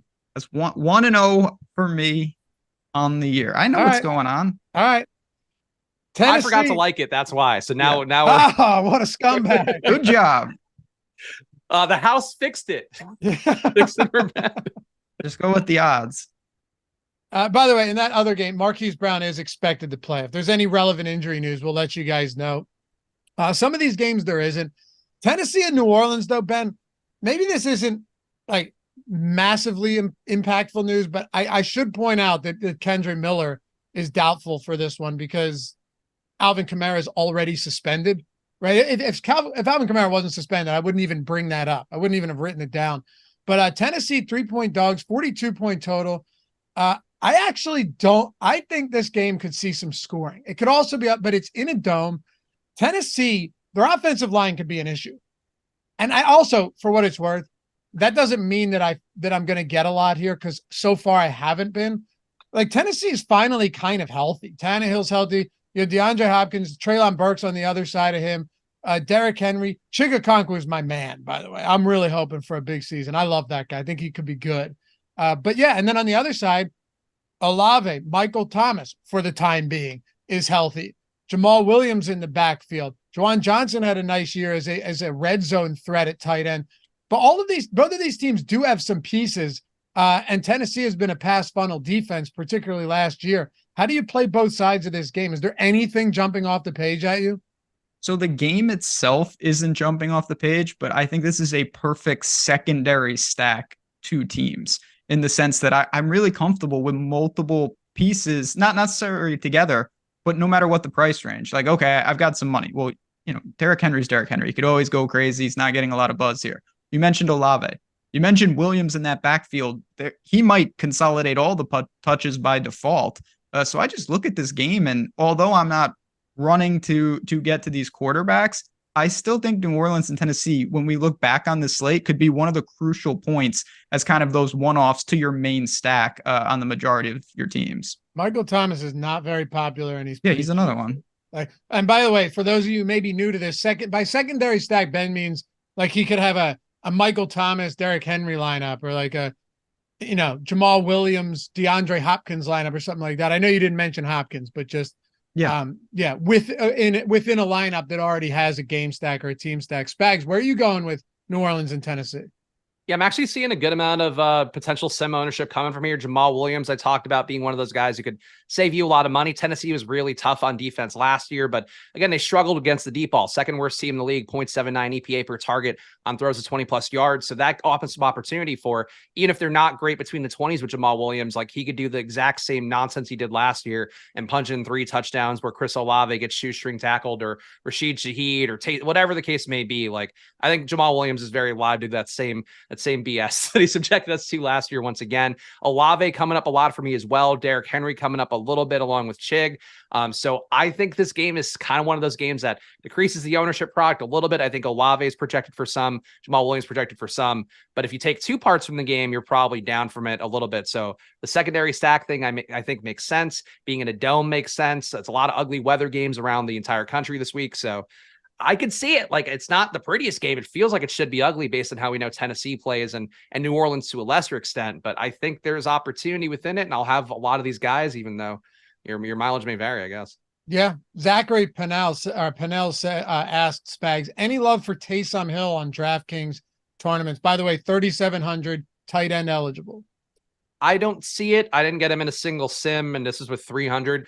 So I don't think that's the case. Taysom to me is just always one of those kind of better in best ball guys where trying to predict the spike weeks for him, I think, are insane. And I just expect less than this year because they paid Derek Carr so much money, and they now have real weapons around Derek Carr, where I think that does make it less likely you see as many gimmicky Taysom touches. We'll find out. Obviously, the Saints are going to saint as they have the last few years, but I would find it hard to get Taysom on a slate where you have likely for $100 more.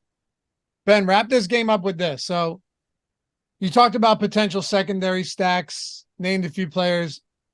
What's your best way or favorite way to approach this game but including the players that you're looking at? So really, for me, it's actually just don't do anything and see what you need. Like if I build out my lineups and I say, okay, I need a kind of a pay down running back. Well, Williams is probably going to be my guy there. I'm very comfortable with that price. If I say, you know what, I've got a pretty vanilla, chalky lineup, I'm going to kind of roll the dice. I have some money. Derrick Henry. I think that's an interesting leverage point. I need a tight end. Your guy Chig. Like it really just, what do you need in a lineup? And this game will at least have somebody I think that can fill the majority of those roles. You don't have to go to the game, but that's how I approached it. I didn't really attack this game, but I'm hopefully, I have a lot of these guys in the portfolio just by default because they fill a lot of needs. Yeah, they absolutely do. I bet the over on this at 41 too. I look, could it be an ugly game? Yeah. It's in a dome though, and I think both of these teams do have some fire. Look, Tannehill's not terrible if he's healthy, and he has somebody. Who did he have to throw to last year, Spags? Robert Woods was their de facto number one. So, and Burks being hurt every other week, and right, and he was a rookie. Balls. Yeah, it's a rookie with asthma who they said like was awful in training. And then what? Julio Jones wasn't last year the Julio Jones year too? Yeah, I think no, he was on Tampa Bay last year. You're right. Yeah. So 2 years ago was Julio in Tennessee. How sad we can't even remember the last few stops of Julio. That's how bad he fell off. Really sad because he's one of my favorite receivers ever. Like that guy in his prime, man. Precipitous drop off to say the least. Yeah. Yeah. Brandon Katz, thank you for ensuring that my bet will win today by saying that it's bad. Carolina at Atlanta. All right, Ben. Does Atlanta just, by the way, Atlanta 3-point home favorite or 3.5-point home favorite? It's 39.5-point total. So sub 40 total here. Does Atlanta with Desmond Ridder at the helm under center? I know they have Kyle Pitts. I know they have Drake London, but, and Mac Hollins, who's like, I mean, I have some questions, but do they just try and run the ball down Carolina's throat? They did this last year with actually a lot of success. And that was with Tyler Algier, not Bijan Robinson. Yeah, that's the problem with this team is that I actually think they might be successful with this philosophy. And if they are, there's going to be no incentive to be more dynamic. It's control. Don't screw it up. Don't let Ridder do anything crazy. We saw this kind of, I'm not going to go too far, but at Cincinnati with him, like he's a good quarterback, but he didn't really lose games in college. He just managed them really, really well. And he kind of leaned on, took what the defense give him. And now he's got more weapons there. Not a good total divisional game in your building. Don't really like Atlanta for stacking purposes. And I think they drag down whoever they play, particularly early in the season. That's how I see it as well. Also, Spags, on the Carolina side, you've got some injuries for that one. So, I mean, but with Carolina, I don't know. I'm curious to get your thoughts on both sides, but at the wide receiver position where you have no DJ Shark and then Adam Thielen is expected to play, but Jonathan Mingo, the second-round rookie, was already that third receiver on the depth chart before DJ Shark went down. Is there value here? The value is Terrace Marshall. Terrace Marshall was Marshall? Okay. He was a monster last year. He actually had one of his best plays of the year against Atlanta. And Atlanta's tough to read because they probably made more free agent acquisitions than anybody else in football that actually could matter. Like Detroit made some. And I guess you could say after week one, like, oh, they looked good. But I think they still have some weaknesses there. If Kadarius Toney catches one pass, that defense looks a lot less good. But Atlanta made enough guys, who brought enough guys and paid big money to enough guys that they should improve from what was one of the worst defenses in the league last year. That said, I think Terrace Marshall was so good in a way that, again, EPA per target numbers, he was better than a lot of guys out there who I would hold up in a lot of esteem. Had, I believe, a 0.4 EPA per target last year. And he needed the break of DJ Chark being out to get run because they signed Chark. And I think we're incorrectly putting him ahead of Marshall. We'll find out, though. But I would take him as a value play. Sims not giving him to me, but I might force the Sims to give me 1 or 2 shares. The Atlanta side, though, I think is just Tennessee slightly east. Like, they're going to do the same thing. Like, remember the Tennessee year a couple years ago where they had the number 1 seed. They had that by just not letting the QB mess up things, just running the ball, a really low risk offense. I think that's what Atlanta wants to build. So Bijan makes sense here. Tyler Algier makes the vaguest bit of sense, but he's not really priced well, so I probably wouldn't play him. But I think those guys and maybe Drake London would be the plays to focus on a little, but I just expect Atlanta to win and not have to do a whole lot to get there, I think. That's what I'm saying though, right? Like with Arthur Smith, why not just say, look, if we can if we can kind of just like suffocate these teams with the run and not make mistakes on our own. Ben was talking about that too. It's nice to have Drake London and Kyle Pitts. I mean, we assume that both of those guys, when healthy, should be good. But the only issue now is like with Bijan Robinson, he's not cheap. And then how much workload do we project for Tyler Algier? I sometimes over the winter and the spring or whatever, that I forget about things that happened last year, and I look them back up and I go, oh, that happened. One of those moments for me this year, Spags, was looking and seeing that Tyler Algier had 1,000-yard season.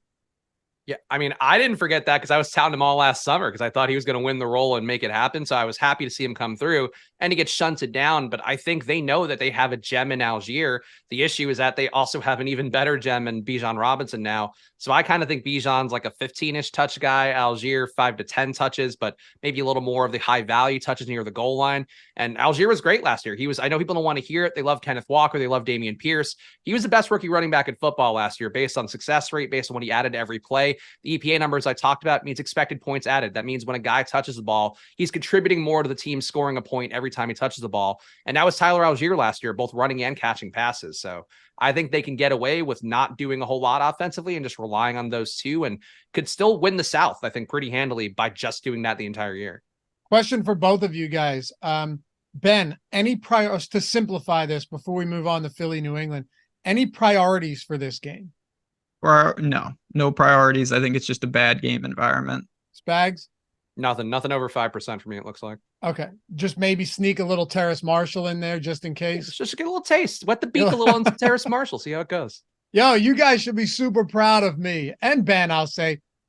I almost said it. But I didn't. Where I'm going here? Yeah, of course. I have a little Miles Sanders, but not a lot. I don't think his name came up once. I know. He did a good job. He's in a good spot. He is like low-key in a pretty good spot. If they're okay, like he's in a good spot. If Atlanta's defense is better, then maybe not so much. Fuck, man, this is going to be a huge Miles Sanders game.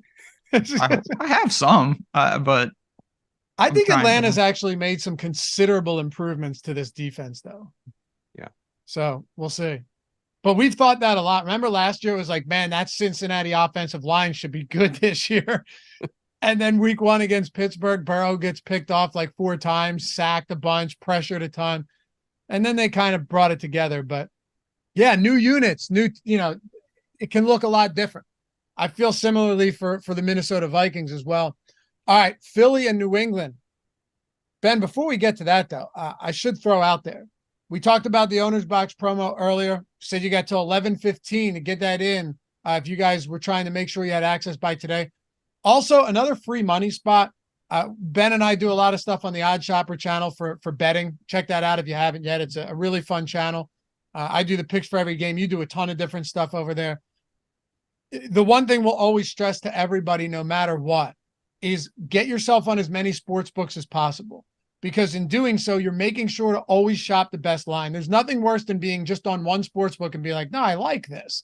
And then you bet something and realize that you could have got better odds, better line, way better elsewhere. And it happens continuously and you bleed yourself dry. Another thing too, is taking advantage of the free money that these books give you. Let's not forget that DraftKings and FanDuel right now, from a sports betting standpoint, they're dominating this industry. So what are other sports books like BetMGM and Caesars and Points? What are they going to do?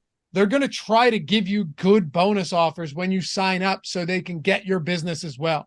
Right now, Caesars has a bet 50, get $250. If you win, nice. You won and you get 250 in bonus bets. If you lose, no worries. You got 250 in bonus bets coming your way. I threw the link in the description. Mike can throw it into the chat as well. It's just another free money spot to bolster your bankroll heading into week 1. And Ben, I think one thing people neglect is being like, hey, I'm going to get money on every site that I possibly can. Yeah. I mean, I tell people this all the time. Like, I don't make a ton of bets on Caesars, but I keep a balance there just in case they happen to have the best line on a spot that I really like. You don't need to have a huge balance on every book in the industry, but I like to just say, okay, I'm going to take advantage when I have these spots. And I know for me, being greeted with a $50 bonus bet 5 straight weeks to get football started is a nice little boost to the bankroll. You do have to be 21 plus. Gambling problem, 1-800-GAMBLER. I'll get that out of the way for you, Loughy. But shout out to Caesars, because I know a ton of people over on OddsShopper that have taken advantage of this. They already got their first one. They did it last week. And some of those people turned that first $50 bonus bet into a change for their bankroll by hitting something really nice, taking a shot that they wouldn't normally be able to do. Damn right, man. Check it out if you haven't done so yet. If you have an ad blocker on, for some reason this link is weird, just take that off and it'll work. But link in the description and chat. Turn 50 into 250, no problem, and bolster that bankroll heading into Sunday. All right, Philly and New England. All right, let's do this one, Spags.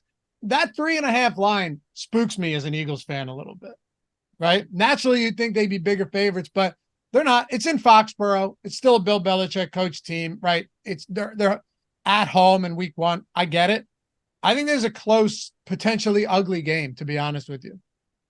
Yeah, the New England defense last year was pretty good, so I could see why the line might not be that. They're actually one of the best teams in the league, 0.14 or negative 0.14 EPA per dropback, negative 0.16 EPA per pass. So they did their job, and I think that might be a little bit of a reflection of it. I think this is kind of going to feel like playoff football a little bit, where these two teams, like, I don't expect New England to be good, but the way they're going to win games is going to be on the hands of the defense and just having a slightly more competent offense they had last year with Matt Patricia, Bill O'Brien, for whatever you want to throw shade at him for. He is literally an offensive coordinator, whereas Matt Patricia is just a dude who got nepotism and got a job out of it, I guess. So I think the Eagles are, to me, like the team that should win here, but I think it gets ugly. Nobody here really jumping out sim-wise, under 1% of A.J. Brown, under 1% of Dallas Goedert, and then on the other side, getting some Juju, getting some Kendrick Bourne just because of the vacancy there, that having Devontae Parker out this week. I think he's been confirmed out. Of not unlikely to play at the very least. He's doubtful last I looked. There we go. So he's unlikely to play as a result. I think, you get more Bourne, more Juju. But does it feel great? No, the Eagles were still great defending the pass last year. The way to beat the Eagles is running the ball. And I don't think that Ramondre and Zeke are quite good enough to run the ball against the Eagles and have a ton of success. So I don't love the game, but if I get some of the pass catchers on New England side, I'll take it just because there are vacated targets to go around and a pretty good volume, I think, overall. Yeah, I think ultimately what it's going to come down to for me, Ben, is just like a dearth of pass catching options for New England. Like, make no mistake about it, this Eagles defense is scary, and that defensive line now didn't get worse. I remember you DM me when the draft happened. You're like, your boys just got the number 1 pick or the best player in the draft. Obviously, who knows? But what you were saying is, they're just going to get better. Now, it's a good defense, but 2 good defenses. New England likes to play slow. But can we get to any of these dirt cheap pass catchers for the Patriots with Parker expected to sit? I think you can certainly get, it's one of those things. It doesn't sound logical when you say it. It's like, I think you can definitely get them, but I don't know how you feel good about it. Like, I have some Bourne and some of these guys, even Juju. It's not a great, if I could eliminate one game on the entire slate, it would be this one, because I really am not getting a ton of exposure on it. And I am a little worried because there are pay down options that if they luck box a couple catches, they're going to be very relevant today. So for the New England side, I'm not deploying a lot of salary when you talk about actual raw dollars, but I do have some exposure to these pass catchers because I think there's a chance they're trailing. They're going to have to throw the ball a little bit, and it doesn't take as much to clear the benchmarks that I'm looking for when you're talking about a guy sub 4K. I am over the field right now on Kendrick Bourne's bags. Yeah, that doesn't feel good. No, not at all. Huh. Not at all. Do you guys worry that Zeke could legitimately vulture opportunities at the goal line, assuming they get there? I think so. I think Me too. I think them signing him was more an indoctrination, as we saw, like Pierre Strong and Kevin Harris got cut, and the beat guys for New England were all over that if these guys didn't show something, they were going to bring in a Dalvin or a Zeke or a Fournette. So I think that was still more a reflection on them, but Ramondre had a lot of volume last year, and I think maybe got a little overrated because of all the volume he got. So I think Zeke is live to take 10 touches off the table, and they're going to be Zeke touches that might not look that good, but Bill Belichick will probably love them. Yeah, I think honestly, at one point they had, after cuts, they had 1 quarterback and 1 running back or something ridiculous on the roster. So, yeah, that's the way it goes. Last question on this game. The backfield for the Eagles right now, unfortunately, it's just a stay away spot. I say unfortunately because they're running behind a great offensive line, but I wouldn't be shocked if Penny got a lot of work, or Swift, or Gainwell seemed to be the darling on Twitter, on X. But Gainwell, when healthy, is so talented, man. It's just a matter of whether or not he can stay healthy. But then in the passing game, it's Goddard, it's Smith, it's AJ Brown. It's not the best matchup. It's not the highest total. Jalen Hurts. Are you guys getting any Philly stacks or Philly pieces today? I have a little bit of Jalen Hurts and AJ Brown together, just because they're top end playmakers that nobody I think is really, it's not at the top of people's priority list, but it's not the most comfortable build. I'd rather play. Well, we didn't talk about Fields yet. Rather probably go get him or Lamar. Yeah, I'm getting virtually none of it, Spags. Yeah, I would be curious about Rashad Penny, but the projection's so bad. Like, we have him at 4.7 at Stochastic. Other sites out there have him at like 6 at best. So yeah, I think Penny's the back who is going to be the guy that has that Jamal Williams-y upside. He's the biggest one. He's like another pure runner, Nick Chubb-y runner in terms of what he got results-wise the last few years. Obviously, he has an issue with staying healthy, but we'll find out. But I didn't get him, and I'm not going to force my way to him because it is so ambiguous. Like, they listed 4 running backs as starters. They're doing pure nonsense in Philly, and Loughy supports every moment of it. Well, but you would agree there's no way that you can project this backfield right now. No, I mean, besides Boston Scott being just the mascot again. Of course. Yeah, I'm talking about the 3, Swift, Penny, and Gainwell. I would have no idea how to project these guys. It's a guessing game. And I think every week it might be a guessing game, which is going to be a real problem. Brandon Wagner with a $10 super chat. Thanks, brother. So just want to say, appreciate you guys. Looking forward to a great season and good luck to everyone in here. Hell yeah. Thanks, dude. We're almost at 4,100 people watching with us week 1 on a Sunday. It's the Spags effect. It is. Yeah, I'll take all the credit. This is the most people I've had watch me live since I played a producer at Barstool back in the day. We had a live stream one-on-one, and that got like 50,000. But this is like 5x what I do on my best day.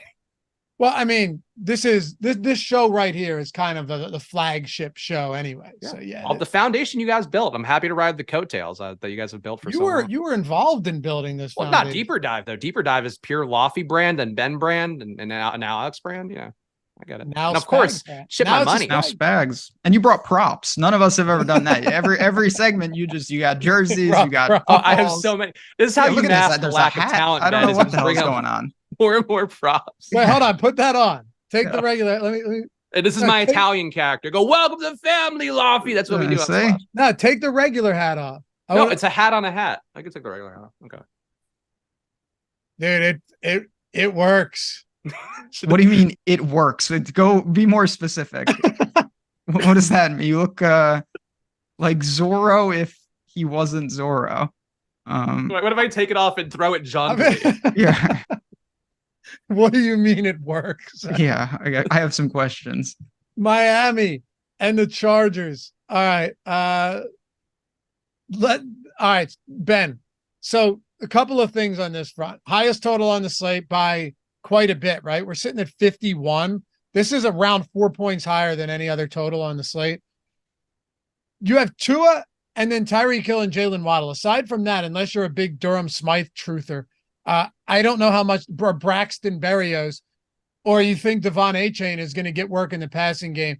Like, this target share could be so heavily concentrated this year. It's nuts. And then on the other side, they've got enough to where their early drafted receiver in Quentin Johnson isn't even in the top 3 on the depth chart right now. You have Keenan Allen, you have Mike Williams. Of course, one of these guys is almost like guaranteed to get hurt at some point. Austin Eckler, Gerald Everett. What a fun game to talk about. Great game. And yeah, one small thing, Achane's actually expected to be inactive. So that thins it out. Is he? Yeah. In this backfield, maybe a little more. So what is it? Raheem Mostert and Salvin Ahmed? That's what it looks like. So Mostert is definitely another way that you mentioned we want access to a north of 50 total. That can be a way that might leverage against a popular stack in the Dolphins. So of course it's a good game to get to. You have quarterbacks that it's a blessing and a curse. If they get there, it's going to be because they cross 300 yards and they're throwing it all over because they're not getting there with your legs. So it's an easy stack. The downside, of course, is they're not getting there with their legs. That's just not going to happen. So can't say enough about this game. I think it's pretty obvious that you have ample targets up and down for both teams. Raheem Mostert, and then behind him, the old salmon head, Ben. Yep. Chris, what are you doing with this one? I think there's a lot of Tyreek Hill that's coming up for me, and I'm not entirely sure what to do with it because I get it. That said, anytime you are going to invest that much in a receiver over $8,000, that feels a little bit tough. So I'm probably going to try to walk myself back closer to where the field's expected to be on that one. But obviously, it's hard to argue this game environment, really the only game environment that feels so live. That said, we all know how that goes for the game theory of it, where if you get less pieces from this game, or like Ben mentioned, get the unique pieces and maybe get a Raheem Mostert there, that's one way to probably try to get some of the points from this one.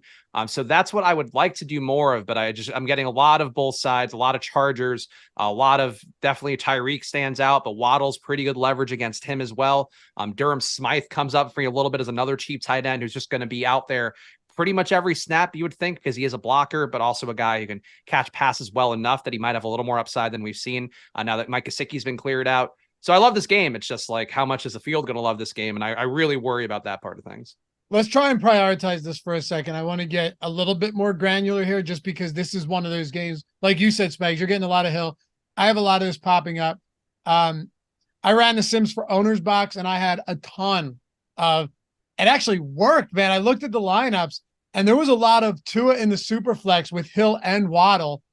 So, like, other team stacks or maybe a smaller game stack, and then Tua with Hill and Waddle. A lot of that popping up. It worked.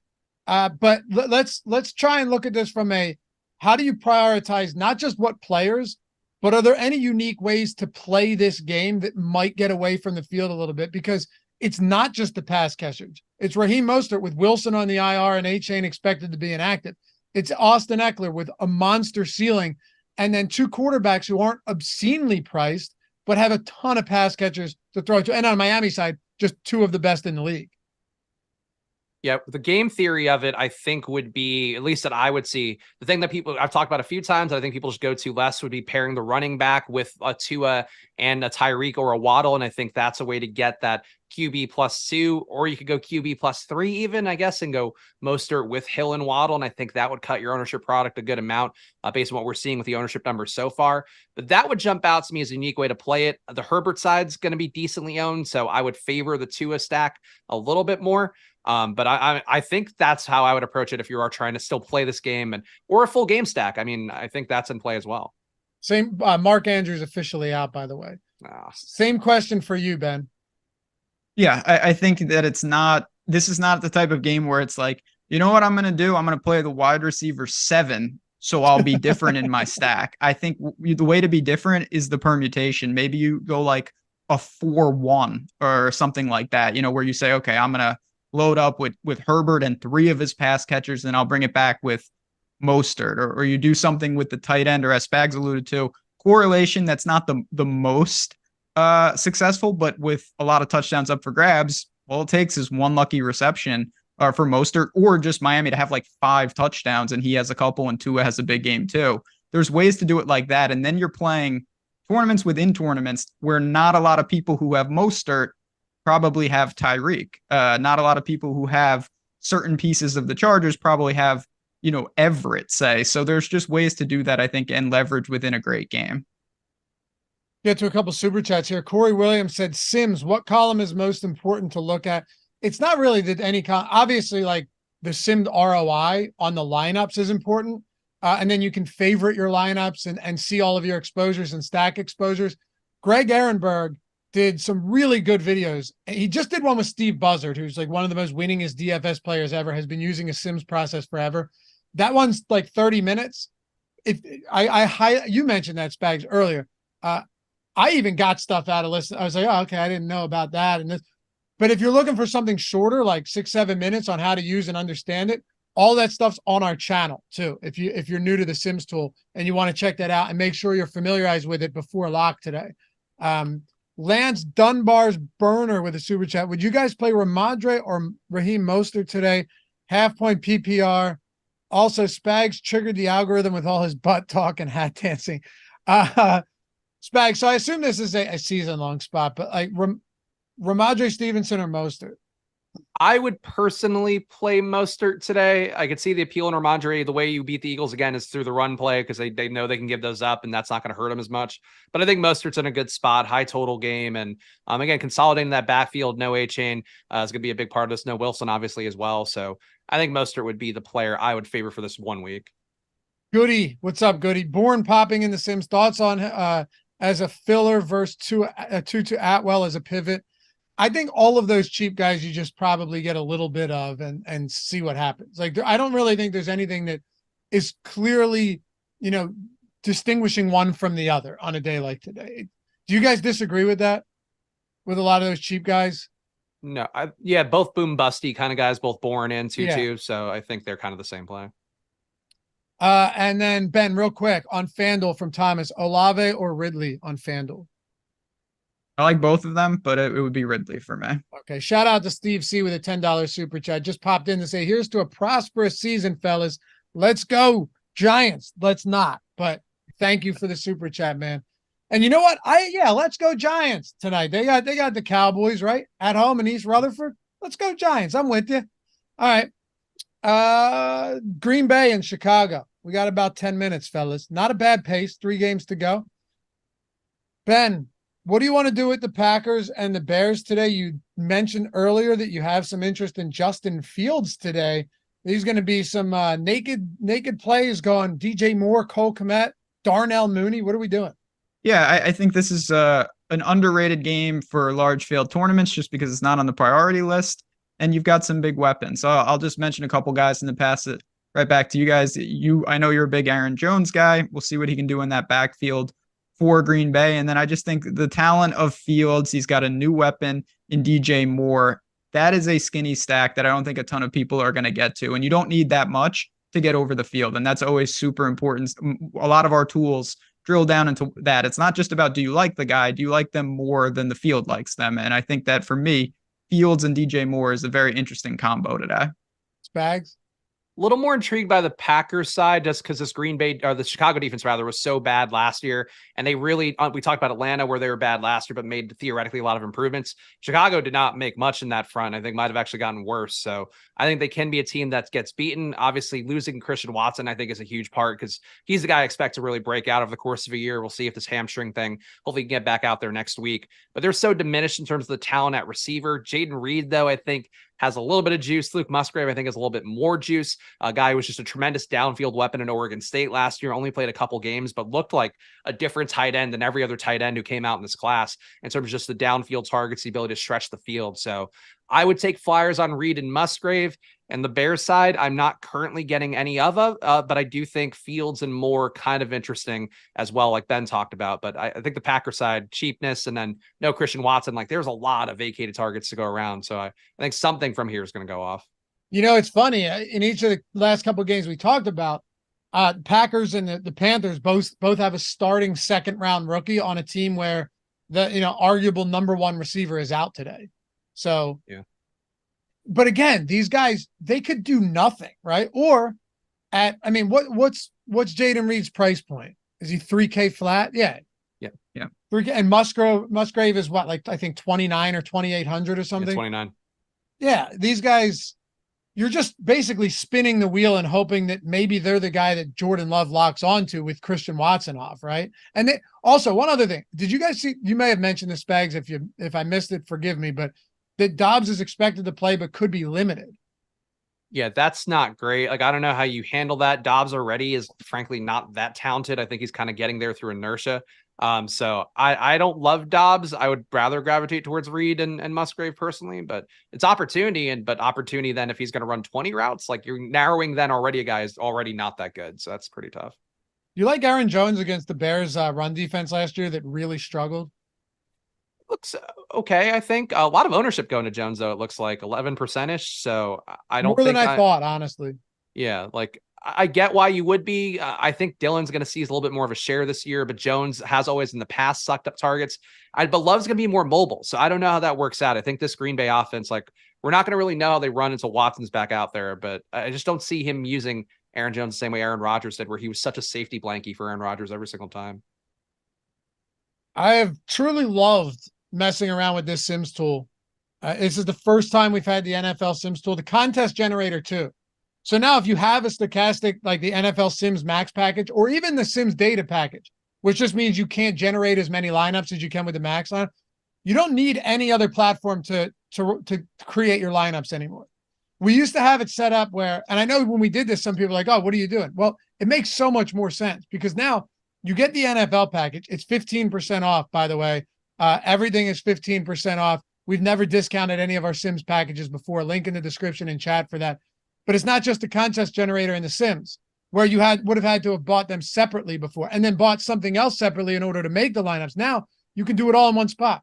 And you still have the ownership projections. You still have the top stacks tool. You still have the player projections, the premium Discord, the lineup generator, all of our tools, all of our data, plus the contest generator and the Sims, 15% off. I don't know how long we're running that. I assume it goes away soon.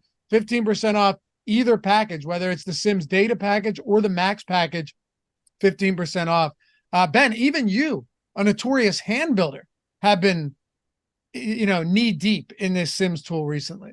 And I mean, that's very true. And that's the thing that I love about it is, yes, you can do this, and I've been integrating into my process, but it's not like everything else went away. Like I'm looking at the boom bust, the top stacks, all the projections are owned. Like it's a great tool that helps encompass and utilize those things, but everything else is still here. It's not like that stuff has gone away. And I know for me, just getting a feel of what some of these lineups can look like, and then you can say, okay, I want to bump this guy down if you want. There's so many levers. The team did a great job. So you mentioned it. I am not a 150 builder. I'm someone that really focuses on like 3 max or 20 max or single entry at times, some high dollar stuff at times. And I've been loving just seeing what this tool kind of presents. And I'm going to definitely be using it going forward. There's no doubt about it. I like it, Spags, because I'm not smart enough to build something like that. All the top DFS players have been doing stuff like this forever. That's why people weren't particularly happy when we came out with it. I'm not smart enough to build something like this on my own. It's so easy to use. So I was like, oh, wow, I can actually use a Sims tool now. That's where it comes into play for me. I mean, it's honestly incredibly cool. And I know it's something that I was talking to Greg about it before, a couple weeks ago. And this is like what Steve Buzzard uses. This is what guys like Alex, like Sean's on you, like all these guys have used for years, and that now it's a public tool. And I was watching you guys have the success with the MLB Sims. And I was like, I need to get access to this for myself because I don't want to get dusted in NFL. And I do think there is some concern, frankly, that if you are a person not using Sims, you still have your chance of like luck boxing something, but it's going to be a lot harder to win regularly and to give yourself that upside. And even for single entry stuff, like, the Spy or whatever, you then can sim out 500 lineups and make it a little bit of a smaller contest pool, or 2,000, and get a read on that. And you can kind of do some different ways to make it used for different tournaments. So I love it. It works faster than you could possibly imagine too, which I think is incredibly impressive. But just the worlds of growth that this development team has come with over the last few years since I started out, a lot of fun to see, and I think a lot of fun to play with, and hopefully will lead to people winning some money. For sure, man. 15% off all of that. Link in the description and chat. Let's talk Rams in Seattle, Spags. Cooper Kupp hits the IR. So now we have we have to talk about guys like Tutu Atwell, who we mentioned earlier. That's going to be fun, but it doesn't end there, right? Because you have Van Jefferson. That price tag seems a bit much. How about Puka Nacua? How about him today? I mean, where do you go? We can start with Cam Akers. Feel free, but where are you going with the Rams?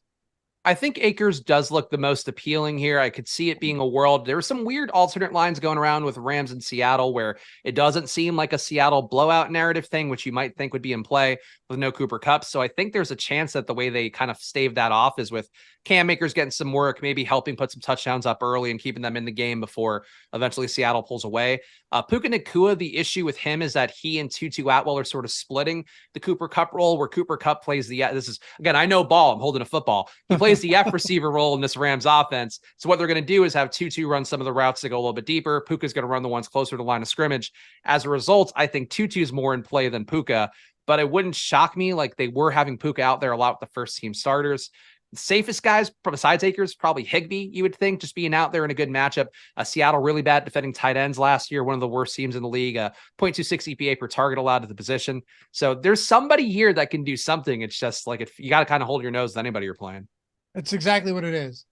Maybe Akers is more, if Akers happens to be more involved in the passing game, just like dump offs and then his value could really be significant. I still don't know yet though, Ben, what we're going to get out of Cam Akers. And anyone that can say definitively without a shadow of a doubt, like, oh yeah, I know what's going to happen with Akers. What a tumultuous time he's had in LA. Obviously, he's the main back. I get that. But I'm just saying, like, his all-encompassing role, what's that going to look like, especially in a game if you're playing from behind?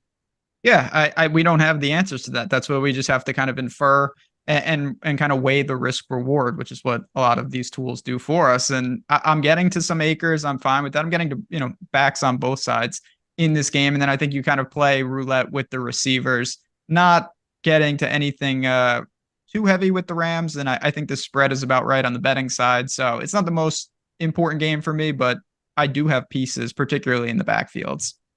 Ben, and then throw it right over to Spags here. We're up against it. We got one game after this. Then Eric Lindquist, Matt Gajewski taking you all the way up to lock. So don't go anywhere and hit that thumbs up. We're not going to hit 1,500, but we're north of 1,200. I'm very happy and appreciative of you guys. So thank you in advance for whatever we land on here. Ben and then Spags, Seattle, big total. I think last I looked, around 26-point implied total. Big favorites at home against the cup-less Rams. How are you playing this team from Kenneth Walker to Geno to the pass catchers? Yeah, that's what I want to do. Good total at home. Kenneth Walker, I think, makes a lot of sense in that upper mid-range running back room. And then you've got the age-old Metcalf or Lockett or both, and then it's neither. That's been plaguing us for centuries in DFS. I have more Metcalf, so I think we know where that ends. Congratulations to Tyler Lockett owners. But yeah, I think you can easily get to the passing game for Seattle and feel pretty good. Spags? Yeah, I think Kenneth Walker coming up a good amount for me. I do worry Charbonnet is a guy that I really like coming in, and I worry that he gets a bigger role right away with Kenneth Walker coming off some groin injury stuff that maybe limit him in some capacity. But if you're playing it straight away, hoping Walker's full go, I think Walker's the guy. And equal parts of Metcalf and Lockett, I think they both have some utility, but under 10%, over 5% is what it's looking like, and I'd be happy to have that mark. Okay. Favorite play from this game, Spags? Probably Walker ownership wise, I think. But Higbee is like a low owned dart throw tight end that I think could be maybe a breakout. And quickly for both of you, just one word answer. If you were to have to take a cellar dweller, wide receiver from the Rams, who would it be? Atwell. Yeah. Atwell. Okay. Let's wrap it up, boys. Vegas and Denver.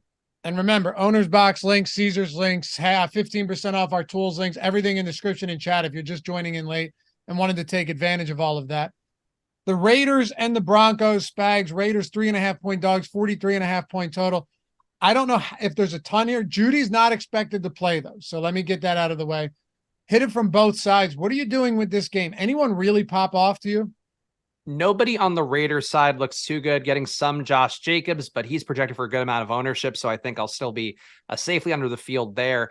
Cortland Sutton, I think, stands out. I know people like Marvin Mims a lot in the best ball world, but Sutton is a guy that could play the Michael Thomas role in this offense, which they are basically directly importing from New Orleans. A lot of low kind of A-dot targets going there, so Sutton's role is going to be different if that is the case. But I think Sutton looks the most appealing, and a little taste of Javonte Williams, Samaje Perine seem fine, but not a priority game, which is why we're probably speed running through it right now. Yeah, look, I think Sutton's perfectly fine with Judy. I'm also not convinced that Sean Payton's just going to completely fix Russell Wilson, at least not in week one. I'm personally out on this backfield today, Ben. I don't feel like trying to just figure out which one it's going to be between Perine and Williams. And I'm not convinced that Payton's telling the truth about Javonte Williams' workload. What are you doing on either side? Yeah, I feel very similar to you guys. Cortland Sutton, just always been a fan. I think he's going to have ample opportunities there. Jacobs is someone that I think the price is a little much, and the field seems to like him a little more than me. I'd like to get him into the pool. I don't have a ton else to say on these teams. I think the secondary options are not great. Denver defense, if you want to be sneaky. Well, there it is. Week one, deeper dive in the books. Follow Spags at Chris Spags on X. Check out the Splash Play pod too, as well. It's a fun one. Follow Ben at JazzRaz DFS, double Z, single Z DFS, me at Loughy_D. Shout out to Mike Lawrence for producing the show. Thanks for all the support and hanging out with us, guys. Can't do it without you. Stick around. Eric Lindquist, Matt Gajewski coming up next. Good luck today. We'll see you back here week 2 for the next one. Peace.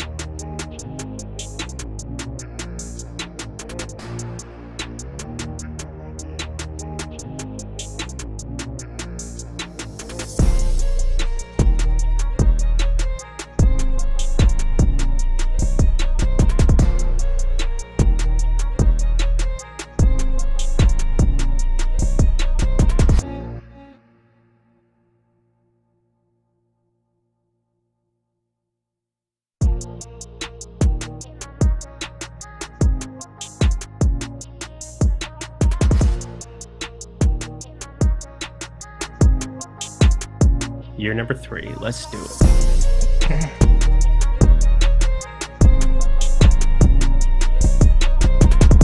What is going on, everybody? Welcome to the NFL Live Before Lock show here on Stochastic. It's presented by Other Shoulder Owner's Box, everybody. Check them out here below. We'll talk about them a little bit later, but I'm, of course, Eric Lindquist here.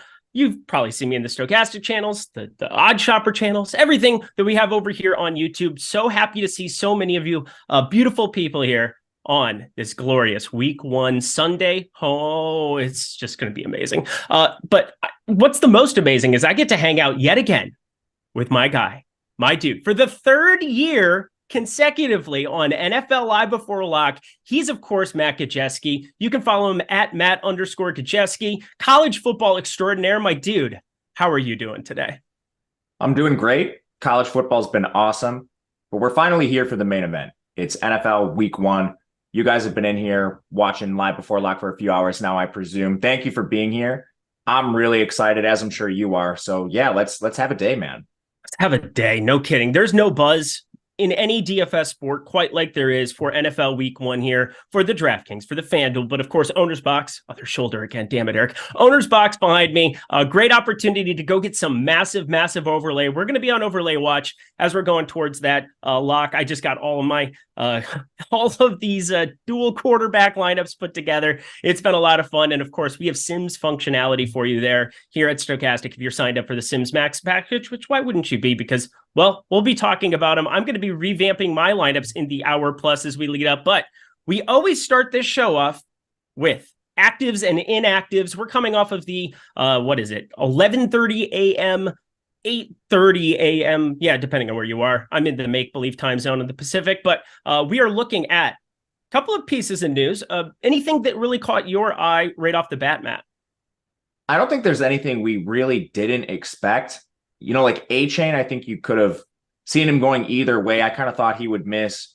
That makes Raheem Mostert a significantly better play. But, you know, week 1, we've had a lot of reporting on this. The Mark Andrews stuff was, I'm guessing a lot of people assumed this was going to happen. I assumed it too. So nothing really surprising, in my opinion. Did anything surprise you? No, not really.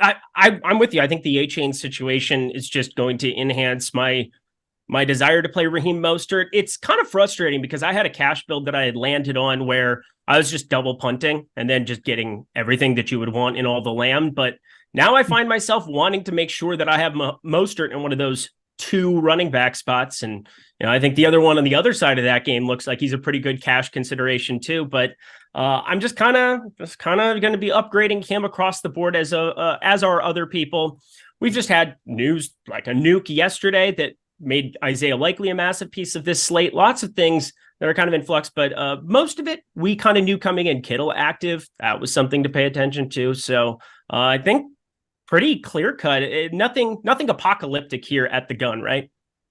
I agree, and I don't anticipate getting anything in the later window either. Nothing crazy, at least. Yep, nothing crazy. That would be very important. Unless Jerry Jeudy just suits up, and then I'll lose my mind because looks like my builds have Marvin Mims Jr. in them quite a bit. So going to be fun. We, of course, go position by position here on NFL Live Before Lock. Smash that like button.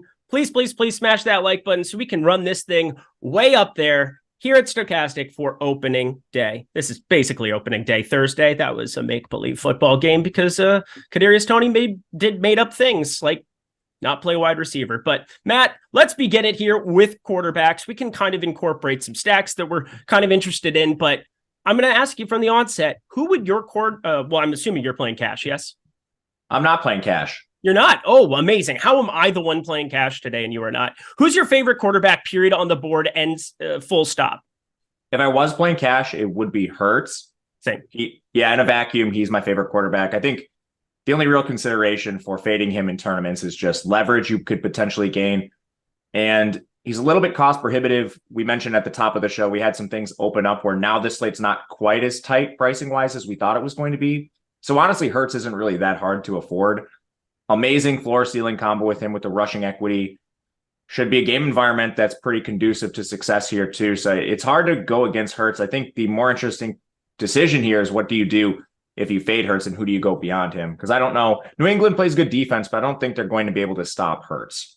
No, he is rather good. I'm very confused by that spread. It feels like a trap. It's a trap. General Akbar style from Star Wars. Did you get the movie reference?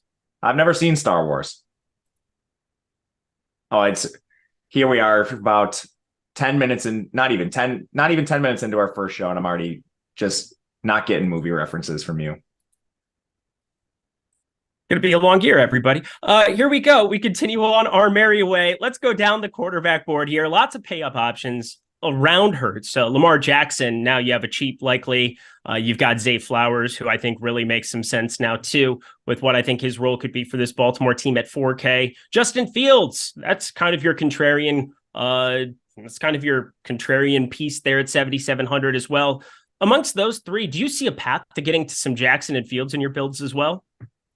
Yeah, I love Jackson in particular. There's a lot of tricky projections with him. I think untapped upside with the changing OCs going to Todd Monken.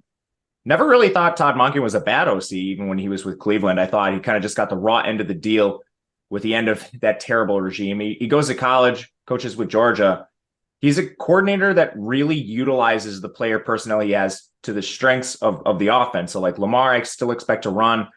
But now that they have these three receivers, you might see them throw a little more. You might see them push the ball downfield a little more. So Lamar immediately stands out to me as a potential pivot off Hurts because of that. You might see more passing. You might see, and I mean, the receivers are just better too. You actually have Bateman healthy, Odell Beckham, Zay Flowers. This is a way better receiving core than what we saw last year. So my question is, do we see Lamar push the ball downfield more in addition to what he does in the ground? And I think so. And we currently have him projected around 6% ownership. I think you're gaining pretty good leverage there for a guy that we've already seen display an elite ceiling. Yeah, I think the difficult part is trying to figure out what to run back with him to a certain extent, just because on the Houston side, is there anything that you like there whatsoever? These rookies are interesting. So Bryce Young and CJ Stroud, because we haven't seen them play aside from whatever they gave us in the preseason. Xavier Hutchinson. No, just kidding. Yeah, you would say that as an Iowa State guy. That's what I was getting at. But, I mean, what if CJ Stroud's just good? Like, they don't project well because they're rookies and they don't have a sample size. And historically, they don't play well, but sometimes they do. And what if CJ Stroud just plays a little better than expectation? None of those guys are expensive. I think you've got pretty nice tight end potential with Dalton Schultz. I'm not playing Hutchinson, but I think you could go to like a Nico Collins, really cheap as a run back. And then again, I don't think you need a run back. If this is a slaughtering, you probably don't want any of the Houston side too. But there's at least questions and I think upside for that game in general. Yeah, widest spread, excuse me, that you're looking at on the board here for Sunday's games. So definitely something that you can consider just not having the run back, but I would like to find something. I think Nico Collins, 4,700, one guy who's showing up a little bit for me. Dalton Schultz as well in builds that don't have the likely piece in them, but yeah, not all that appealing. CJ Stroud could be good. I think it's probably unlikely. Had one of the best wide receiver cores ever. That Marvin Harrison guy looked pretty good. Jackson Smith and Jigba, pretty good. I know that, they were both dinged up simultaneously at Ohio State, but you're going to look good in that offense a lot of times. So we'll see. Maybe he is good. Maybe I'm just wrong, but we will find out. Let's move our way down the board because I do think Joe Burrow, you wanted to talk about he missed training camp in 2022. He's missed training camp in 2023, basically after the calf injury, but he's a full go here against Cleveland, 47.5 total. That's an interesting spot. Joe Burrow in the game environment of all game environments, smack dab next to Tua Tagovailoa, and Trevor Lawrence, 6,500. Think he's going a little bit slept on at 7.4% ownership, considering Herbert, for 400 more is getting all the ownership in all the land, albeit probably rightfully so against Miami. How are you feeling about this next range of quarterbacks? Who are you getting to the most, Matt? This next range I'm getting to, this is actually a range I'm not super invested in. Out of this group, it is Lawrence, and I'd still say I'm underweight to the field on him. That's just because I'm playing more Hurts and Lamar with that rushing equity they do offer you. Joe Burrow doesn't offer it. Tagovailoa doesn't offer it. Herbert offers maybe a little bit, but it's more functional mobility, kind of like Patrick Mahomes where he scrambles once in a while. So I'm trying to access the ceiling of the actual dual threats on the slate. But we know these guys do have upside, and you're kind of betting on Hurts and Lamar to fail, in my opinion. So for Trevor Lawrence, I'll include Herbert and Joe Burrow in this mix. You probably want to stack these guys, maybe even double stack them. It's going to be harder for, Joe Burrow just because Chase and Higgins are very expensive. But I think there's interesting ways you can do that with like tight ends, Irv Smith, Tyler Boyd, stuff like that. Deciphering between them is difficult. I do think there's a little bit of upside with Trevor Lawrence that we haven't seen just yet, an ascending player. He now gets Calvin Ridley in the picture. I think this team is still going to play fast, up-tempo, pass-heavy offense. He's the one I like the most, especially with Herbert coming in as, the most owned. I don't see a lot separating them. So I'll go to the lower owned guy that I think has the most untapped potential, if that makes sense, in Lawrence. Who do you like out of like this tier? I think it's pretty tricky. Yeah, this is where I think the top stacks tool over at Stochastic, and then kind of incorporating that into your Sims process, into your however you choose to be building lineups at Cruncher. So many different ways that you can go about it now. And I just think the top stacks tool does the best job of showing me what I should be interested in. You've got the Chargers up there, 9.3% top value percentage that you're looking at. But then Jacksonville, 5.5% down there as well, 6.3% top stack potential. That's fifth on the board behind Miami Chargers, who are 1-2, rightfully so. Then Cincinnati getting up there as well. But something tells me Joe Burrow ends up being a little bit more popular. It always feels like last year we got to the flip where the cards were up and people know Joe Burrow double stacks have been a print fest over the course of 2 years, and the low ownership you might have been getting once upon a time kind of dissipated there when you had a healthy T. Higgins and a healthy Jamar Chase, and now Joe Burrow sitting there, 6.5%. Something tells me he might get steamed up a little bit there, and nobody's overlooking the Chargers-Miami game. I love the Miami double. I think most people do. I feel like Justin Herbert's the guy that I end up shorting the most out of this range simply because of where that ownership is. And it turns into Trevor Lawrence quite a bit. So 6,500 and up right now, Trevor Lawrence at the bottom of that range, just the guy that I want to get to the most, because Calvin Ridley, you talk about like, what if CJ Stroud's good? We know Calvin Ridley, even 3 years removed from football, is really, really good, right, Matt? I think so. He showed a lot in the preseason. Take that with a grain of salt. He's playing against backups. But again, that's all we really have to go on. Guy doesn't play for basically 2 years. He showed out every single opportunity he got. So I'm just going to fall back on my priors, which where Calvin Ridley's really good. Hasn't shown me anything that really works against that. So I agree with you.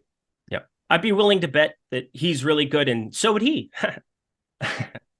Anyway, we're going to continue our way down the board here, talk about some other stacks, because again, we'll kind of get ourselves into that at the wide receiver position quite a bit, incorporating what you're kind of looking at for your lineups. But now we go underneath the $6,500 threshold over on DraftKings. Cousins, Smith, Watson in a bounce back year, potentially. Russell Wilson is, he looked like dust. Hopefully we can get something there in this next range of quarterbacks, and then all the way down to Anthony Richardson. We'll keep the bottom of the barrel here out of it. From 5,500 to 6,500, who are the quarterbacks that are landing into your portfolio? My two favorites are Geno Smith and Deshaun Watson. I actually like these guys from a leverage standpoint a little bit more than what we were just talking about with that sort of 6'5" and up range, the Herberts, Tagovailoas, players like that. I think with this range, you have a little bit more untapped potential and upside. Geno Smith's played at a really high level over the last year, really now. Amazing matchup against LA. Their secondary is atrocious. Since they won the Super Bowl and traded all those draft picks to sign those high-profile free agents, this defense is going to be among the worst in the league, like down there with Arizona. They have one good player on defense, and it's Aaron Donald. Geno Smith has upgraded weapons with Jackson Smith and Jigba coming back from the wrist, high-profile rookie out of Ohio State. In addition to what he already had with Metcalf and Lockett, this offense is going to be awesome. They have one of the best matchups on paper. You just hope LA keeps it close enough here. The spread's pretty wide. And as far as Watson goes, you're basically just taking a gamble that last year was a blip on the radar. We have a large sample of Watson playing really efficient football in a worse situation than what he has in Cleveland here. I'll fall back on the priors with Watson, similar to what I'm doing with Ridley. Assume he's better than a 6K player. And a lot of people are going to be playing the Cincinnati side of this game. This is sneaky shootout. And Deshaun Watson's coming in pretty low owned, in my opinion, for a player that actually runs and has a pretty good ceiling as a passer if we fall back on what he did in Houston. I got a super chat. First super chat for Matt and I of the entire season. Always feels nice, to feel like we're worth $4. It feels nice, Matt. We're back, baby. Dean Krause, $4. He's asking, I believe it's going to be a year-long question because Dalton Kincaid not going to be on this main slate for us, but was trying to find out half-point PPR or PPR from him here in a quick second. Doesn't look like he responded, but we'll answer it for both. Would you prefer Cole Kmet or Kincaid at the tight end position in half-point PPR and then full-point PPR? I'd rather play Kincaid. Think there's just more upside playing with Allen. Agreed. And we're looking at like a sub 40 total there in Chicago today. That's pretty rough. It's not ideal. It's not ideal. We'll put it that way. To the bottom of the barrel we go, my friend. Is there anybody on this extreme cheap end of quarterback that you just can't live without on this slate? Is there anybody who's going to just spike that upside that could win somebody $1 million down here? As far as can't living without, I wouldn't describe it that way, but I think this range is an area you should look to for Millie Maker style stuff for sure. I think there's players that have untapped potential. You have the rookies, CJ Stroud and Bryce Young. What if they're just good? They might be. We don't know. You said you'd bet against it, as would I, but they haven't shown anything. And if they are good, they'll never be at this price again. And I think people ignore that both of these players are mobile. So, I mean, like, you look at Stroud at 5,400. What does he really have to do to get you there if he runs? Same with Bryce Young. Otherwise, the really cheap end, there's a couple guys below 5K, which are a little interesting. Sam Howell, he ran a ton at North Carolina. Still have a lot of questions about the overall talent level, but he's playing Arizona, who might be the single worst defense in the NFL, worse than the Rams, which is saying a lot. And then I guess, like Baker Mayfield's in a sneaky shootout against Minnesota. Among the four I just mentioned, I would rank him last. But Minnesota's secondary doesn't really scare you. They're in their dome. A lot of people are going to play the Minnesota side with Jefferson and Madison and whatnot. So he's at least a name I would include there. Is there anyone else I missed that you would be looking at? I'm a sick person. I have some Baker Mayfield in my life because amazing. Well, my Minnesota Vikings, I basically was building out sheets and just kind of offensive, defensive efficiency, figuring out what I thought about the Minnesota offense. I have them 5th in terms of offensive profile from a fantasy perspective this season. I have the Vikings defense as a top 5 matchup for a lot of teams. They tried to, they got that guy from Arizona who came over, the cornerback that they ended up picking up in the offseason, tried to go into the draft and find something. I just don't think that he did enough. You have another year on the tires for Harrison Smith, who has to do everything for this team. And if Daniel Hunter isn't getting after the quarterback, I don't see how Tampa Bay, with the skill position players that they have, Godwin, Mike Evans now in an audition season, even like a Cade Otton there against Minnesota. I think they're going to find some success here in Minnesota just offensively. And I like that game to be a little bit more of a sneaky shootout candidate. But I have more of the Tampa Bay side, which is wild to say. Yeah, I thought I was optimistic. You're really optimistic with Baker Mayfield. What could possibly go wrong? Nothing. He's so good, guys. He's very, very good at the footballs. Sam Howell, I like the leg profile as well. He's somebody who ran at UNC. We have all of a 1-game sample size here, but I also like Eric Bieniemy coming in and taking over offensive coordinator duties there. I know that he ruffled some feathers in the preseason, but like he should have ruffled some feathers in the preseason. They needed it.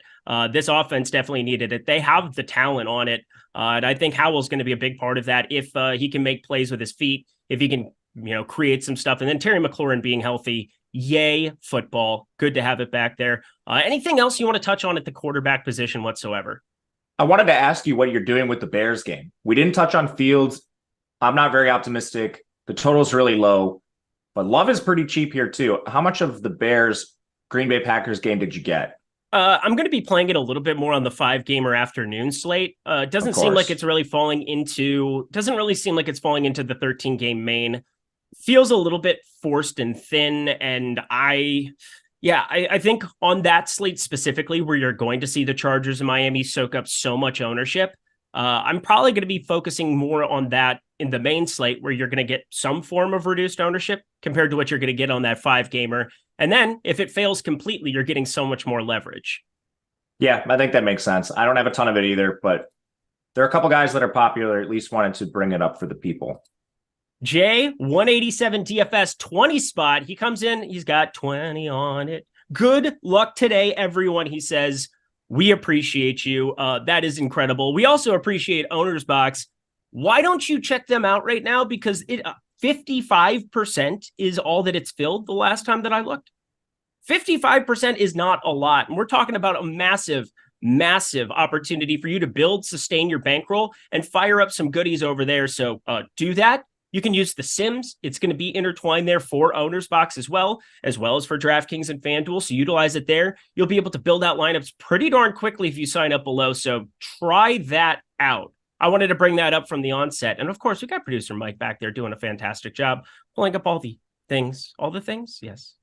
Yep. He's got it covered. Yeah. Beautiful. Cool. We ready to go running back, my friend? Yeah, I'm ready. One little bit of news that floated in. I'm not sure what you think about this, but Rashad Penny in a healthy scratch here is what the sounds of it are. Still, you got Boston Scott, Kenneth Gainwell there. Are we in any way upgrading DeAndre Swift, though, for that news? I think we should. What do you think? Okay. Who's going to handle early down work? It's not Gainwell. I think it's going to be Gainwell. Gainwell's a pass catching back. Yeah, I know, but it's going to have to be Gainwell, I would think. Why? Well, I mean, so Swift, do you think just is going to take first, second down, Gainwell the third, and there you go? Yeah. I mean, Boston Scott being there too, he's going to still get mixed in. I don't know. It feels 5,400. We should upgrade him, but New England defense on the road.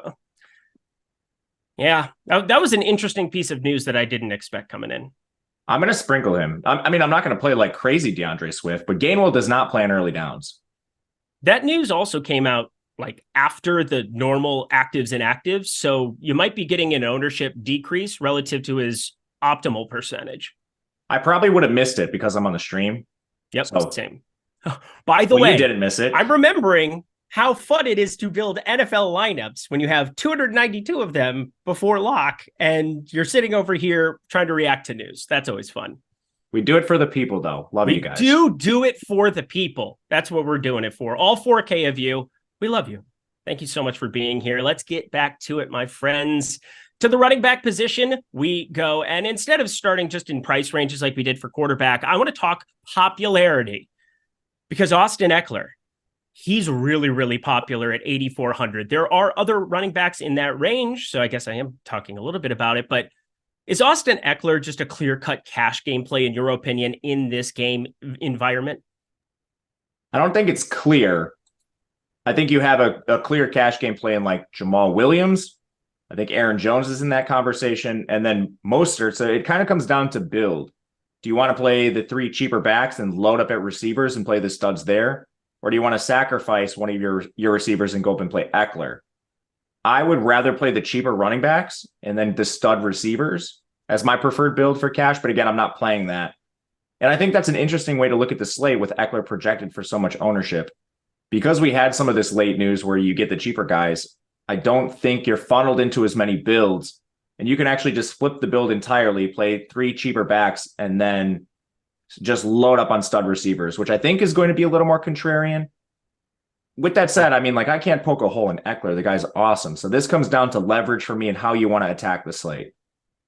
Why pick any Eagles running backs when it is the new New England committee? I don't know entirely about that. I mean, Swift, I think, is by far the most talented out of that grouping. How they choose to utilize him right off the bat, that is to be known. But like, that's kind of playing week one, is that there's a lot of unknowns. Did you see Rashad Penny getting scratched? I didn't see Rashad Penny getting scratched. It is just as likely that Swift plays 60% of snaps as opposed to 40% or like there's a range of outcomes attached to like all of these backs, but bringing it back to Austin Eckler, there's no question that Austin Eckler is getting the bulk of this work in the passing game. Rushing wise, probably the highest. Let me double check if that's even. Yeah, the most likely player that I have on the slate to score a touchdown is Austin Eckler. So there you go. Feels like a pretty good opportunity in this spot against Miami, no doubt about it. But then you got this other grouping of very popular backs, Jamal Williams, Raheem Mostert. You brought up both of them there for a hot second when we talked about the cash game considerations. Do you find yourself playing more or less than the field of them? Less for the most part, because there's a lot of really good alternatives. I'm sure we'll talk about a lot of them as we get moving forward here with the slate. But first and foremost, just to kind of like poke holes in these guys, Mostert, he's never been a guy that handles a feature back workload unless he has to. With that said, he's on an explosive offense. They're going to score a lot of points. And I think he does handle the majority of the work for this backfield, but they also have players like Salvin Ahmed, who they've shown trust in before for whatever reason, but that's still in play. And I don't think he just walks into like a 25 touch workload. Aaron Jones is with AJ Dillon. You could very easily see AJ Dillon vulture some touchdowns here. Jamal Williams, I think, is the hardest one to fade. I don't think they really use a change of pace. The guys behind him are just complete no-names. We're talking about like UDFAs, like Kirk Merritt is probably going to see like a touch or two today. He is a Arkansas State receiver who's converted to the running back position. There's nothing behind Williams. He is the hardest one to fade, in my opinion. You can poke holes in the others. Okay, that's fair. Guys, we're at 1.4K likes on our first stream of the year. Can we get this thing up to 2K? That would be so cool to look at. Just, I need the attention. I need it. Anyway, we got more running backs to talk about. You said there's pivots in these ranges, and there's kind of pivots all over the place, whether that's McCaffrey, who still is pretty popular up there at the top end of things. Nick Chubb, nobody clicking on Nick Chubb. For him, Derrick Henry. These are 13 games is a lot to be getting on a main slate. We don't have a lot of those throughout the course of this season. Things, for the first couple of weeks are stacked up where we have a lot of these games, but then you're running into 10 game, 9 game, or, things of that nature for these Sunday main slates. I think on 13 games, it's so easy to find a player or two that can be so low owned up here at the running back spot. So I'm going to ask you, above 7K, who is your favorite tournament option today? Honestly, it might be McCaffrey. I think he's going to go completely unowned, and there's reason for it. When Elijah Mitchell's healthy, it is a timeshare. But when games are competitive, McCaffrey is going to handle all of the important work, the pass game work, the goal line work. So he's really interesting as a tournament play, especially with Eckler like getting some ownership. I do not think McCaffrey comes in much. Our projections have him sort of in this middle tier of ownership range. But, I mean, there's not a lot of guys really priced up in this range, so it's kind of tough to pick. Maybe you could go like Bijan, but the shiny new rookie, there's not a ton different between him ownership-wise on this slate. Did you have one that really stands out? It's kind of a weird... I guess it probably would be Chubb, right? He's just not a lot. Nobody's clicking on Chubb, right? Yeah. Nobody? And nobody's clicking on Josh Jacobs against Denver? And, did he not just lead the league in fantasy score for the second half of last season? The guy completely set off nuke after nuke. 50? He put up a 50 spot against Seattle week 12. So that kind of inflated some of those totals. But was just routinely week 4, week 5, week 7. He was RB1, RB2. It's just my God, Josh Jacobs. Nobody wants to click on it because of the contract holdout.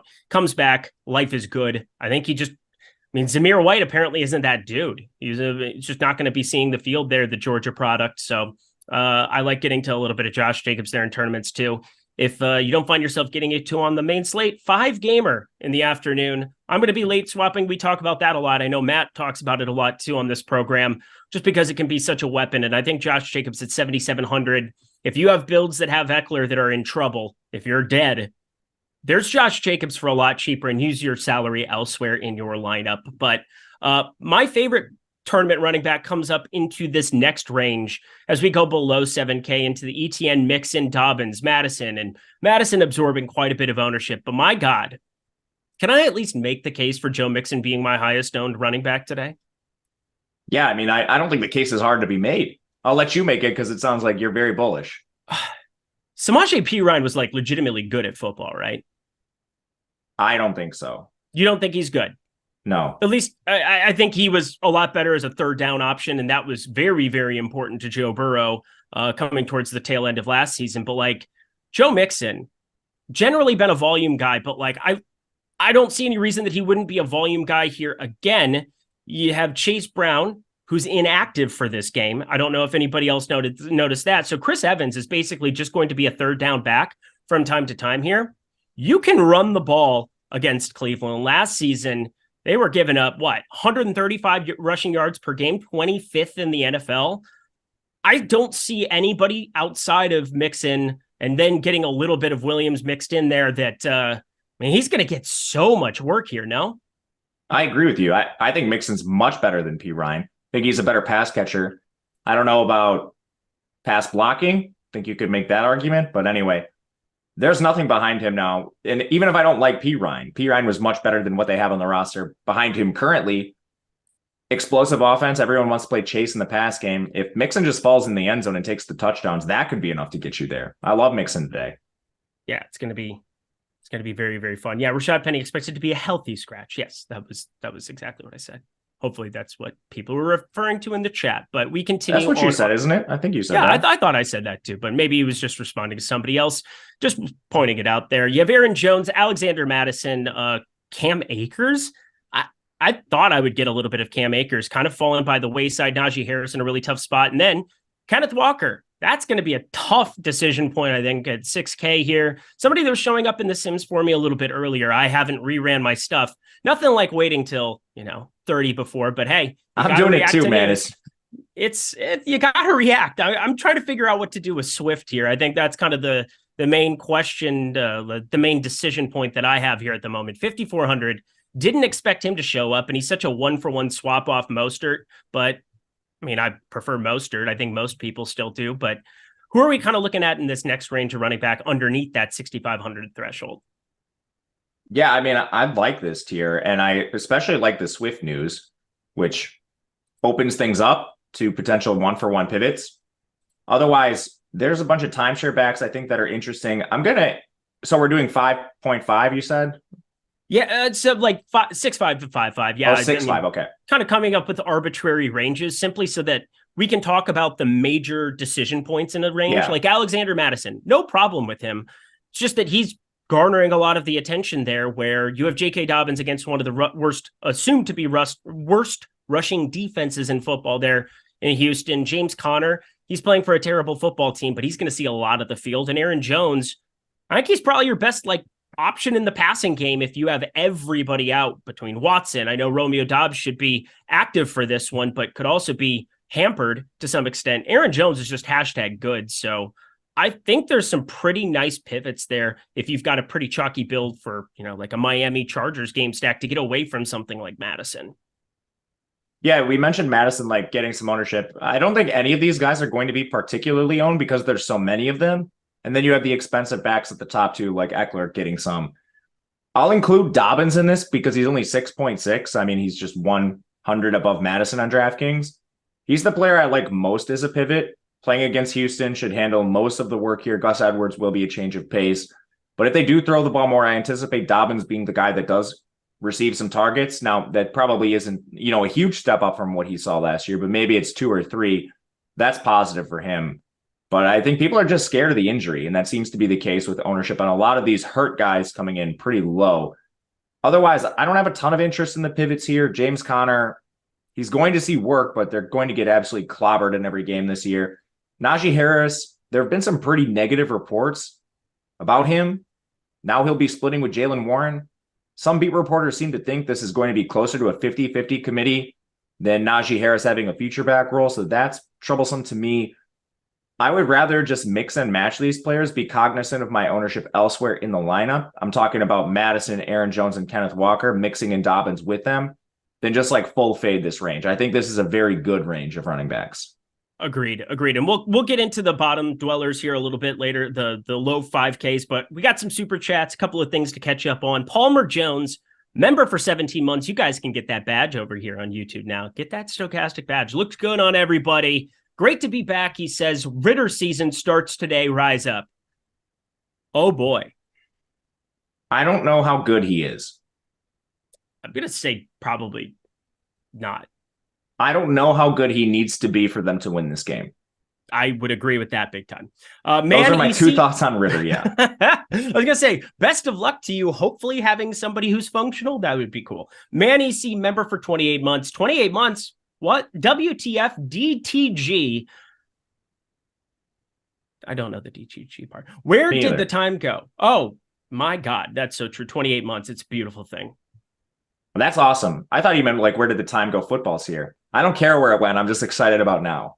Me too. Ryan Rennebaum, $2. 1v1, last man in DK, Mixon or Keenan Allen. You're asking the wrong guy. I would play Mixon just in a vacuum, not knowing the rest of your lineup. In a vacuum, it would be Mixon for me. I have friends sending me 1v1s. I'm going to scream. You're your more phone than down. allowed to, Mr. Ryan Redebaum. You're not on a stream. You're not working. You're not at your place of employment right now. And just being asked arbitrary, would you rather start? What did I just get asked? Ingram or Higbee? Leave me alone. All right. Teddy Wayman, $2. Brian Robinson Jr. or Dobbins on FanDuel? Great question. Thanks, guys. I think naturally, you're thinking Brian Robinson makes more sense on a FanDuel site where Antonio Gibson reports, and all intents and purposes, he's going to be the passing game type back in Washington. They're both going to get carries, but Brian Robinson, I think, gets the lion's share of them. More touchdown equity, I think, going his direction. But then I just love J.K. Dobbins in this spot for FanDuel. He just really stands out for me over on the blue site. Who do you have a preference between the two for? My preference is Dobbins. It's close. But I think these guys are pretty similar. But Dobbins, I think, has more paths to his ceiling. I don't know what the split looks like for the Commanders. Like, Antonio Gibson doesn't really profile as your typical pass catching back. He's big. He's like 220 pounds. He's explosive. I think there's a chance he siphons off a little bit of that early down work from Brian Robinson. I don't know how likely it is, but it's at least there. We already know the split in Baltimore. I don't see it changing much, where in Washington, there's some fragility, in my opinion. Brandon Wagner, $5. What do you guys think about a Cousins KJ Hawk stack with White Godwin bring back in the Millie? There's going to be somebody who goes completely nuts that you just don't expect, but there are so many 3K wide receivers to shuffle through and just kind of play roulette with that I have projected for 2 or 3 fantasy points more than I have for KJ Osborne.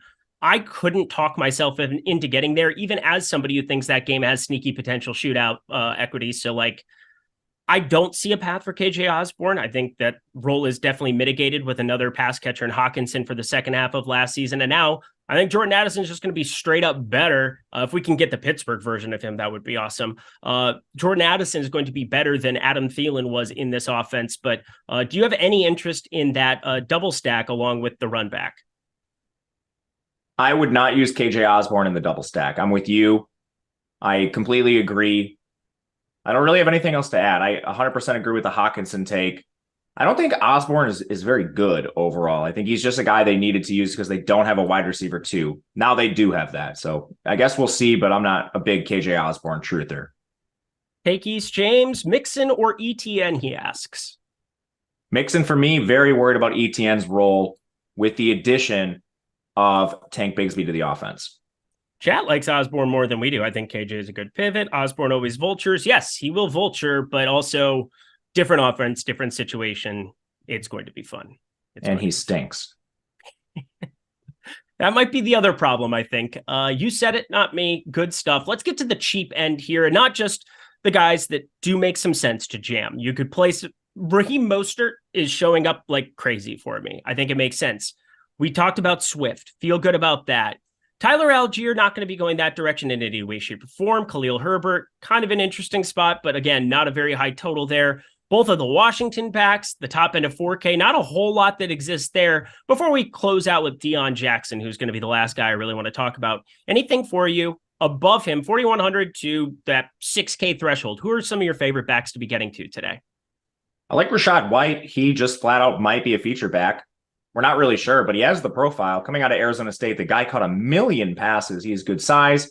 You're just worried that the team is so bad they get blown out in a lot of games. But they're playing Minnesota. A lot of points could be put up in that game. You love playing in the dome there. So I don't hate Rachaad White. He's probably my favorite of the pivots in this range. DeAndre Swift, I'm still trying to mull this over. I know we have 30 minutes here. I'm going to play some DeAndre Swift. Right now, the debate for me is just how much. Chicago is interesting. If Khalil Herbert handled, I don't know, even 50% of the touches, I think he'd be a value. Just a complete gamble on what their rotation looks like with Roschon Johnson and Deontay Foreman in the picture. I'm not sure. And I think that about sums it up for players in this range I'm interested in. Anyone you're particularly interested in?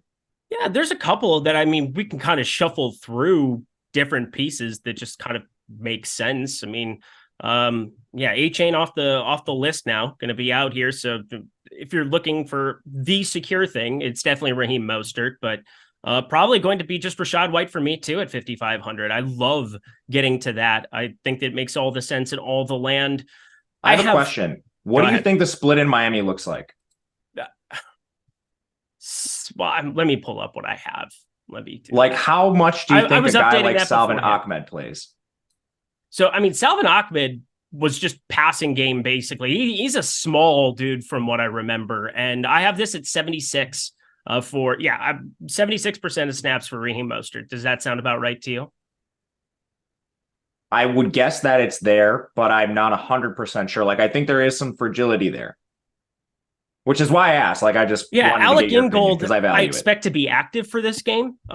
Chris Brooks was like a distant RB4, but I mean, Alec Ingold can at least mix in and like exist as a human being, right? Because he got paid by them in the offseason. He's basically just a blocking fullback, but like, I think you probably run into Alec Ingold being on the field a little bit more. Alec Ingold is not going to carry either. No, he's not going to carry, but I'm saying he'll just be on the field. Yeah, you're right. Because, I mean, he got like legitimately paid in the offseason. Yeah, he's cool. He went to Wisconsin. I love that game. We're going to have to play that game more on a day that isn't the first. Didn't Alec Ingold score the first touchdown in Vegas history? I don't know, but do you know where CJ Ham went to college? CJ Ham went to Augustana. I love that you know that. Where am I from? Sioux Falls, South Dakota. Shout it out. Parents, graduates of Augustana College. Just wanted to throw it out there. Shout out to the fullbacks. They get no love. They're people too. Anything else you want to talk about at running back before we get to wide receiver quickly? I think we hit on it all. There's no one else in my player pool that I'm significantly overweight to that we didn't talk about. All right, friends, get 15% off any of our football packages here. I know that you've heard a lot from Josh, from Loughy. Now you're going to hear from me too. We have the best tools and content, period, in the industry, whether it's the Sims, whether it is the lineup generator, no matter what your lineup build preference is, no matter how you go about getting your lineups, we can help you to make the best version of them possible. And you can take advantage of that right now. 15% off the football packages using Kickoff 15. I'm building up to 10,000 lineups here now. I can't believe how much easier this is. Before the Sims, I have no idea how I built lineups on this show. I have no clue. But right now, I'm letting it run again, was able to see exactly what time my projections updated at, was able to import other projections if you would like to do that as well. But again, we have the best projections in the industry. Go ahead and use that. You can then regenerate your lineup, simulate up to 10,000 lineups instantly. The thing is fantastic. If you've been playing MLB, you already know that, but check it out in the NFL streets here as well. Going to be a lot of fun. We're going to continue to update, continue to innovate. Our data team, also the best in the industry, super sharp guys who have put this together. And guys like Alex Baker, guys like DeColts, Steve Buzzard, some of the guys that we have in our house here are the best players in the history of DFS. And now you can get a piece of that process here with the Sims package. Check it out. And again, Kickoff 15% off. Celebrate week 1 kicking off here on this Sunday. Let's get ourselves to wide receiver. But first, Blake Wireman asks us 2 3K wide receivers in cash. A gal brain move, like a little galaxy brain move there to fit in Hill and JJ. No, I'm doing it. I have 2 3K flat wide receivers in cash. It felt a little bit thin when I was toying with it this morning, and I've just I'm rolling with it. I've got 2 3K cheapies, Marvin Mims and Jaden Reed in cash this week. Do you have any interest in doing something like that? Do you think I'm crazy? No, I don't think you're crazy. I think it comes down to if you play Eckler or not. If you're playing Eckler, you probably go down and you play the 2 min-price receivers who have really good projections. If you're not playing Eckler, I don't think you need to. So it's kind of like a 2v2 in the build and who you feel more comfortable with. Yep. Totally agree. I'm playing tons of that Miami double in snacks there. I'm actually, Tyreek Hill. I mean, he makes sense. Him and Jamar Chase, flip a coin, but I think Tyreek Hill is going to just be higher owned. So I'm inclined to just be clicking on that for 100 more, but make your decisions there. Good luck to you, Blake. Good stuff. Ace of Spade, $2. DK Tiers, my God. I will pull that up here as we start off wide receiver, and I will cover that for you, of course. But let's do this. Tyreek Hill, he's popular. Justin Jefferson seems pretty good at football. Jamar Chase, really, really, really good at football too. I mean, these guys are the 3 options that you have over 8K. We, of course, see Hill pulling the most ownership, but all of them are pretty popular, if you ask me. Do you have a preference in tournaments on who to rely on most? Yeah, so I saw this, and what I'm trying to do with them is play them in stacks because they are really owned, but they're amazing players. I don't want to just fade these guys and go down to like the mid-range and stuff. So I think playing them in stacks makes a lot of sense. We like all their quarterbacks. If you force me to pick, I would defer to Jamar Chase. I think with the leverage you're potentially gaining from him, and playing him with like a Joe Burrow, it does make a lot of sense here. I don't have as much love for a guy like Kirk Cousins on this slate, but Justin Jefferson, I mean, it's hard to poke holes in him too. So my two I'm playing the most of are Jamar Chase and Tyreek Hill. I think if you just want the perfect swap for Tyreek, you play Waddle instead. But ultimately, I mean, I can't come on here and say anything bad about these receivers. No, they're awfully good at football. They're awfully good at football. Before we continue on our merry way here at wide receiver, people wanted me to go back and touch on Deion Jackson, which I think is kind of important. He was the one running back that I wanted to touch on. He's 4,100. He's the only guy at running back that I would play under 4,500, period. I wouldn't play him. You wouldn't play Deion Jackson? I think there's a lot of opportunity costs on a 13-game slate. He has a running quarterback. He's going to be in a timeshare. What are the chances he actually gives you a ceiling? For cash or something, I mean, I don't even like it there. I mean, it's going to be Evan Hull behind him. That's the main thing for me is, how much is Evan Hull going to play? I mean, I got to assume Deion Jackson 65% of snaps at least. I have no idea. I think he could play 30 or 90. He sucks, man. I don't know. Again, that's a pretty insane range of outcomes, that's for sure. But I'm with you where I said it's week one. There's going to be some unpredictability. That's a very unpredictable spot. But again, he's 4,100. So I'm going to be rolling the dice on. Evan Hull's a better prospect. I mean, Evan Hull was drafted. I'm pretty sure Deion Jackson's a UDFA out of Duke. Okay. He's just been there a little longer. Okay. No, that's true. That's fine. Avi Schreier, $19.99 you are left. Can you rank Sutton, Thomas, Thielen? I will as we move ourselves on down the board there, and that'll be for FanDuel. Awesome. We'll give you a little FanDuel love too. Ooh. No discrimination here, Squirrel. Good stuff. I love in the 7K range all of these tournament pivots. Whether it's Devonta Smith, nobody's clicking on 7,200. Nobody's clicking on A.J. Brown. I wasn't very high on the Eagles because I thought that they might get steamed up against New England. Doesn't seem like that's going to happen. And I'm going to just get to them. That seems like a fun double to be getting to that nobody else is clicking on. You have enough cheapies to surround them at tight end, at wide receiver to make that work. But is there somebody at 7K that's really standing out to you in this range?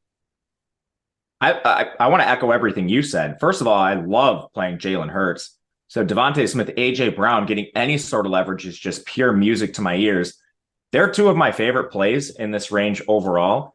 And then I actually really like Keenan Allen, from a season-long best ball perspective. I don't think you get quite as much leverage with him. I mean, like Devonta Smith is the ultimate leverage play. We have him under 5% owned.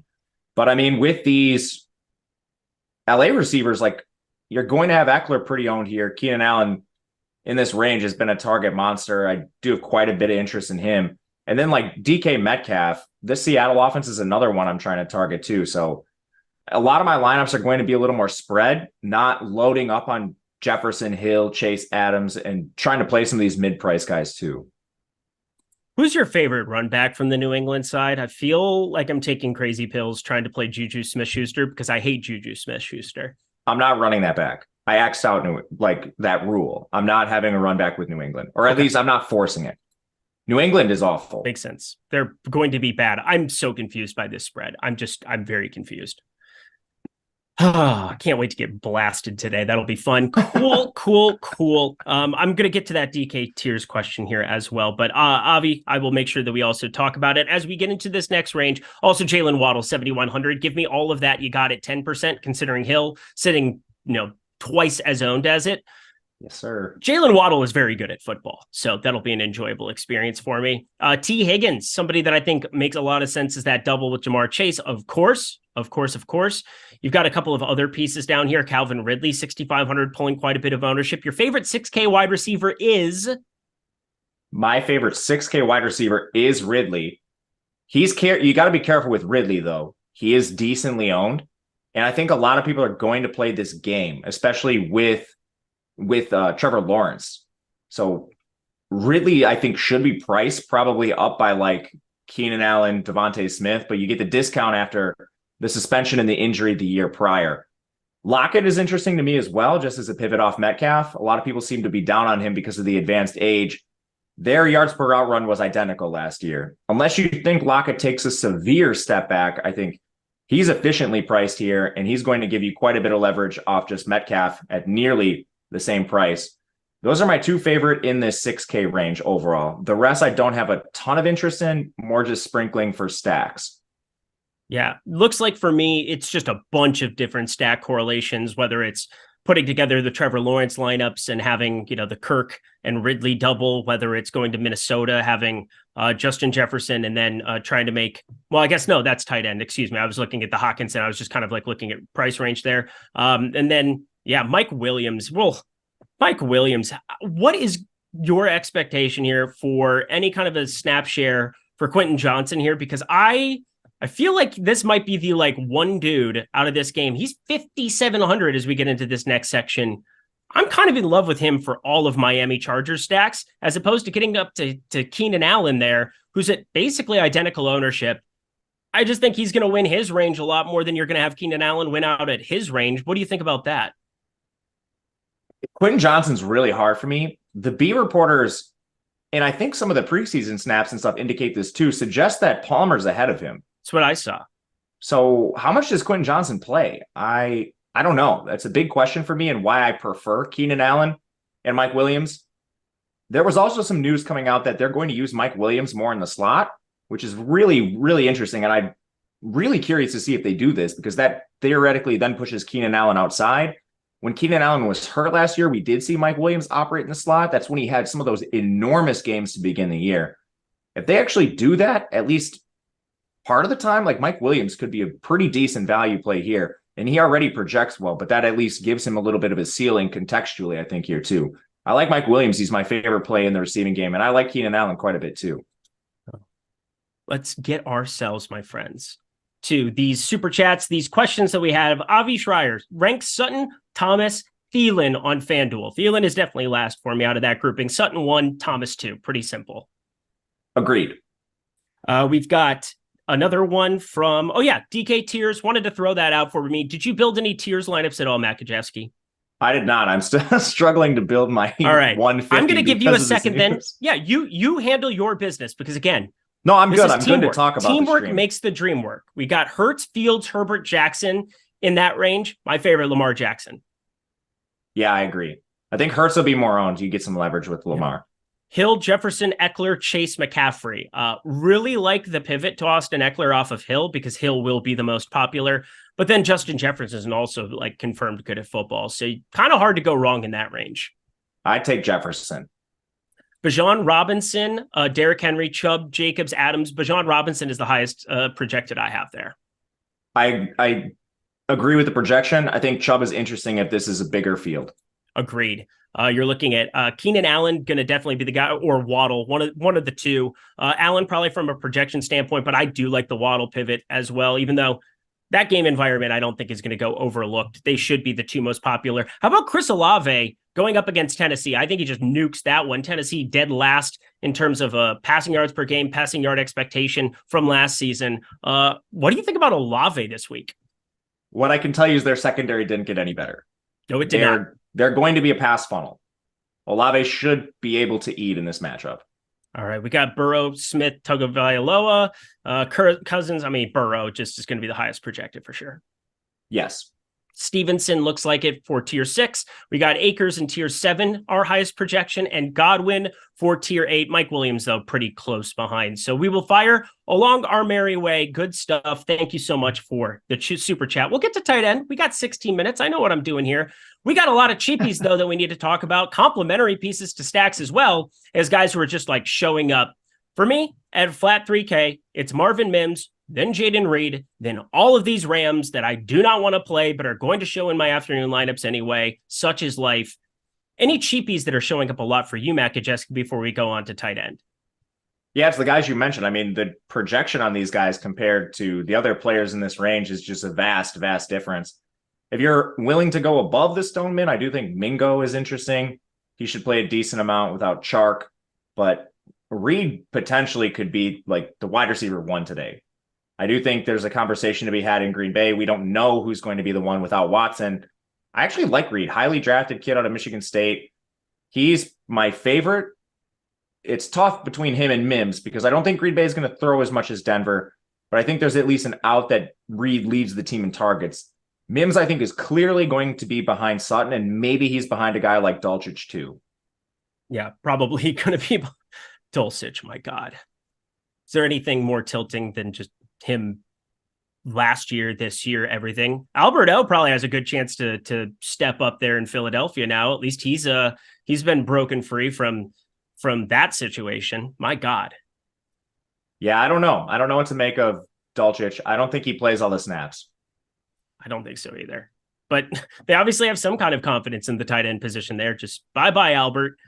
I don't know how you could watch him on a field and not think that he's athletic and really, really good at football, but that's just me. Do you feel the same way, or am I crazy? No, he's definitely athletic. I don't know if he's good at like actual X's and O's football stuff, but he's athletic for sure. Well, he's in a good situation now. We'll find out. Maybe not for like gaudy numbers by any means, but like just like what a great complimentary piece to get for basically nothing if you're Philadelphia. They always do that, man. Do it in the draft. That's why they're running laps around a very weak NFC. Give me your 2 favorite double stacks and your 1 favorite single stack on today's slate. Double stacks and single stacks? Give me 2 double stacks that you love. Oh, man. That's tough because my 2 favorite single stacks for sure are Hurts and Lamar. You're just talking about like teams, right? Yep. Double stack, Geno Smith. Second, I like Watson, and I think there's cool ways you can do this because of the price. You've got Amari at the top, but Njoku's not expensive. Elijah Moore's cheap, and you have DPJ. Like, you could build a really sick Cleveland double stack and easily get Mixon or Chase or whomever you want on the Cincinnati side. So that one I think is really interesting. The Seattle one's a little tougher because I hate the run backs, but it is what it is. Life is so much better with the Sims now for building lineups on this show. It is like miraculous how much better my life is right now. All right. So you play baseball. You probably have a lot of experience with the Sims already.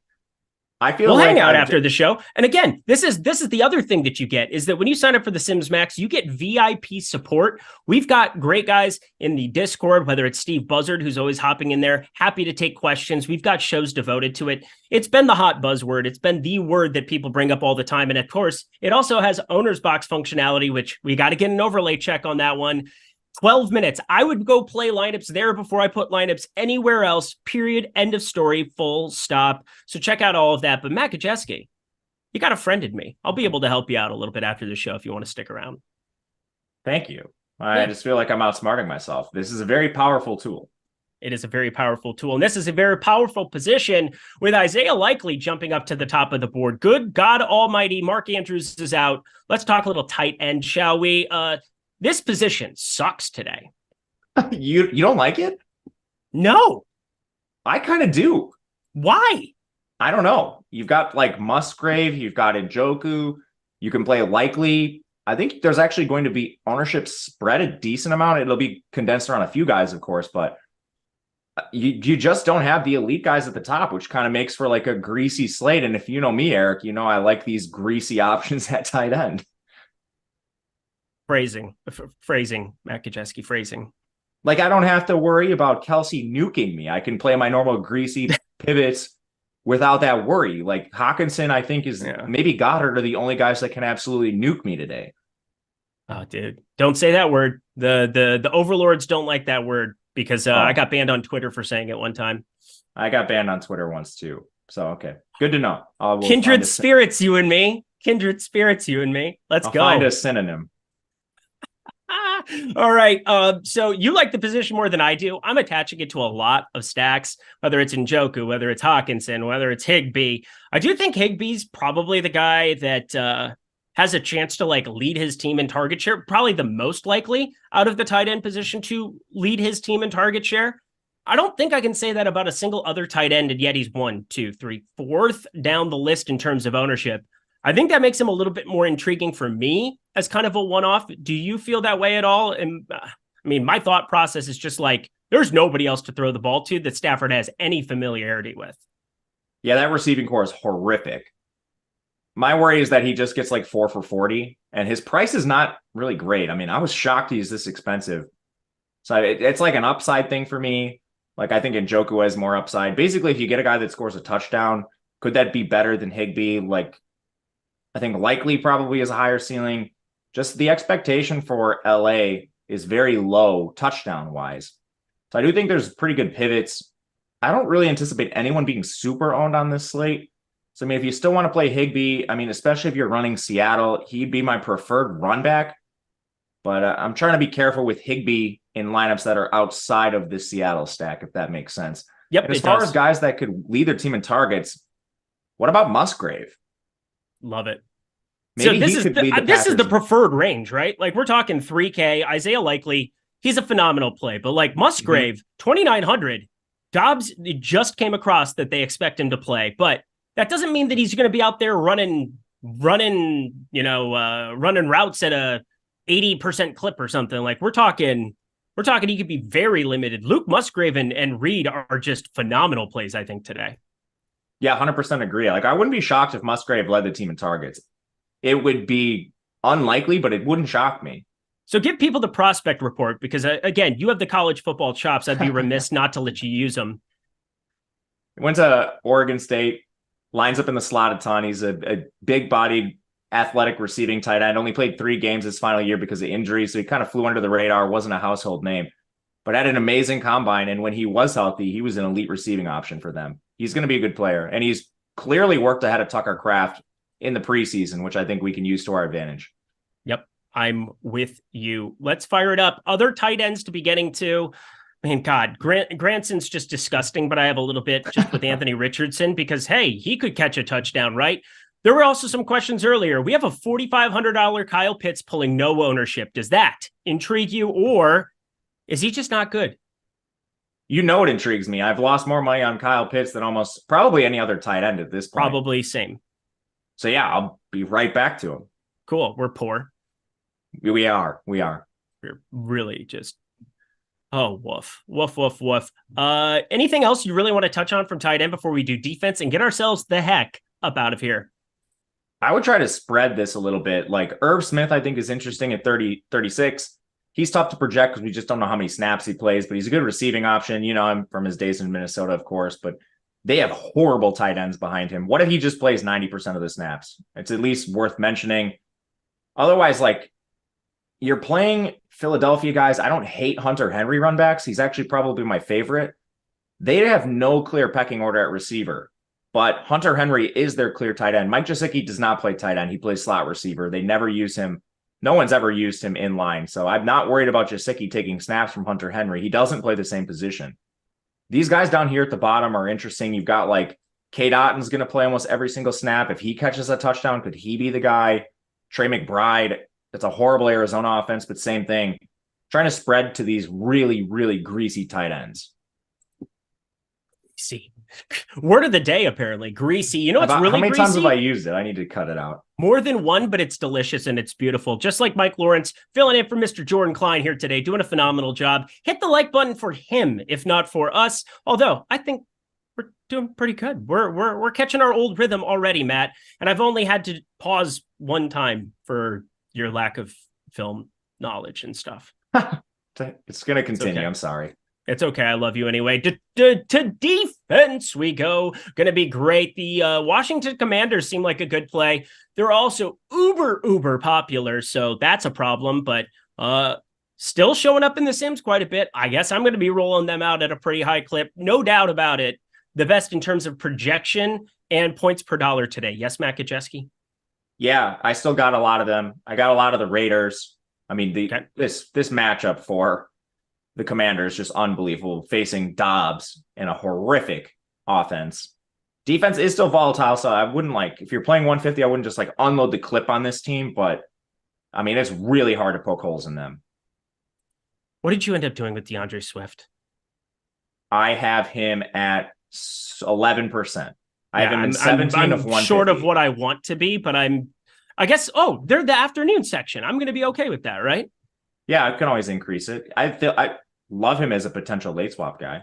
Yeah, that's what I'm kind of getting at. I'm going to be reacting to some news pretty heavily. You should always be reacting to news. And I think that for the last 5 minutes is probably a good thing to talk about.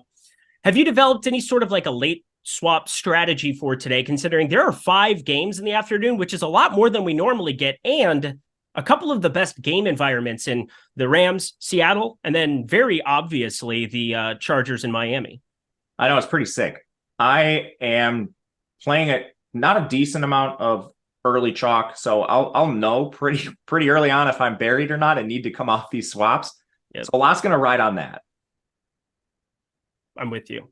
It's going to be well, I'm rolling out like a big section of lineups with like Chase and Jefferson as like I can't miss them in the early section and some of these hand builds. And then I'm just going nuts with the afternoon section, and I'm going to be able to just use all that information. So if you haven't used late swap before, again, we've got over 3,000 people still hanging out with us, still talking through it. Basically, what you want to do is that you want to take your dead lineups and give them a chance to cash, and you want to take the lineups that are smashing, and you can feel a little bit more comfortable with chalk. There's obviously a lot of things at play with that, but whether it's the Sims, whether it's, using Fantasy Cruncher, there's so many great late swap processes to help you do stuff like that you just want to be very you want to be thinking constantly about how can I min cash this bad lineup? How can I make this top tier lineup look the best it possibly can in terms of projection? If you have like the 2 or 3 pieces, like if Loughy and Jefferson just happen to be in the same lineup and they both nuke it, being able to build out the optimal around them. Oh, you used the word. Idea. What? Nuke. Oh, I did. Well, you said it was okay, and the stream didn't get cut off when I said it, so that was good. You said it wasn't okay. Anyway. Testing the waters. Testing the waters. That's all. Anything to add? I don't think so. Cool. Guys, 3 minutes left. Don't forget, Owner's Box, phenomenal site to be using right now. You'll also get a month of those NFL Sims Max completely free by checking it out. That's the best selling point I got. Again, 3 minutes to rock, tons of overlay over there. Get yourself to Owner's Box. I think I did that correctly now. I think I did the right shoulder. I don't know. I can't even look at my Zoom window right now because we got 3 minutes to go. We're going to recap everything for everybody. We're going into the 2-minute drill right now, Matt Gajewski. Let's go. Your highest owned quarterback. Highest owned quarterback is Lamar. Okay, mine's Tua. Highest owned running back. Aaron Jones by a narrow margin. You? Raheem Mostert. Then he's 2 for me. He's 2. Okay. Highest owned wide receiver. Mike Williams. Mike Williams, I love you so much. It is a beautiful thing to be by your side. And then at the tight end position, highest owned. Likely, narrowly. Likely as well. Yeah. Defense. Raiders. Shocking. Commanders. Again, a lot of chalk going down the line in terms of my highest owned here. But this is the fun part. Favorite stack to be playing, period, end of story. What is the $1 million winner this week? Deshaun Watson. Oh, baby. I have quite a bit of it. I'd be okay with it. I'm going to go. Okay, I almost wanted to say Baker Mayfield. I'm entranced by that football game, if you will. It is in too many of my lineups. I'm going to say, other than the obvious Tua, people don't want to play Geno Smith. I'm going to be stacking him up every which way. Jackson Smith and Jigba is so damn good. And I know that you got 3 very functional wide receivers on the field together, and that's never a good thing, but should also make people feel a little bit uncomfortable. And you're maybe getting a little bit of an ownership discount because in that same window of games, whether it's the afternoon or the main slate, you got an absolute throw-in fest there with the Chargers and Dolphins that will be exponentially more popular. So Geno Smith, a little bit contrarian. Haven't talked about him a whole lot, but definitely some interest there. Gajewski, another one in the books. Year 3 begins for you and I on this program. Any final words for the people as we get out of here? Thank you guys for being here. Love doing this for you each and every week. I'm available on Twitter if you ever want to reach out. DMs are open, so feel free to do that. But let's make some money today. Good luck, everyone.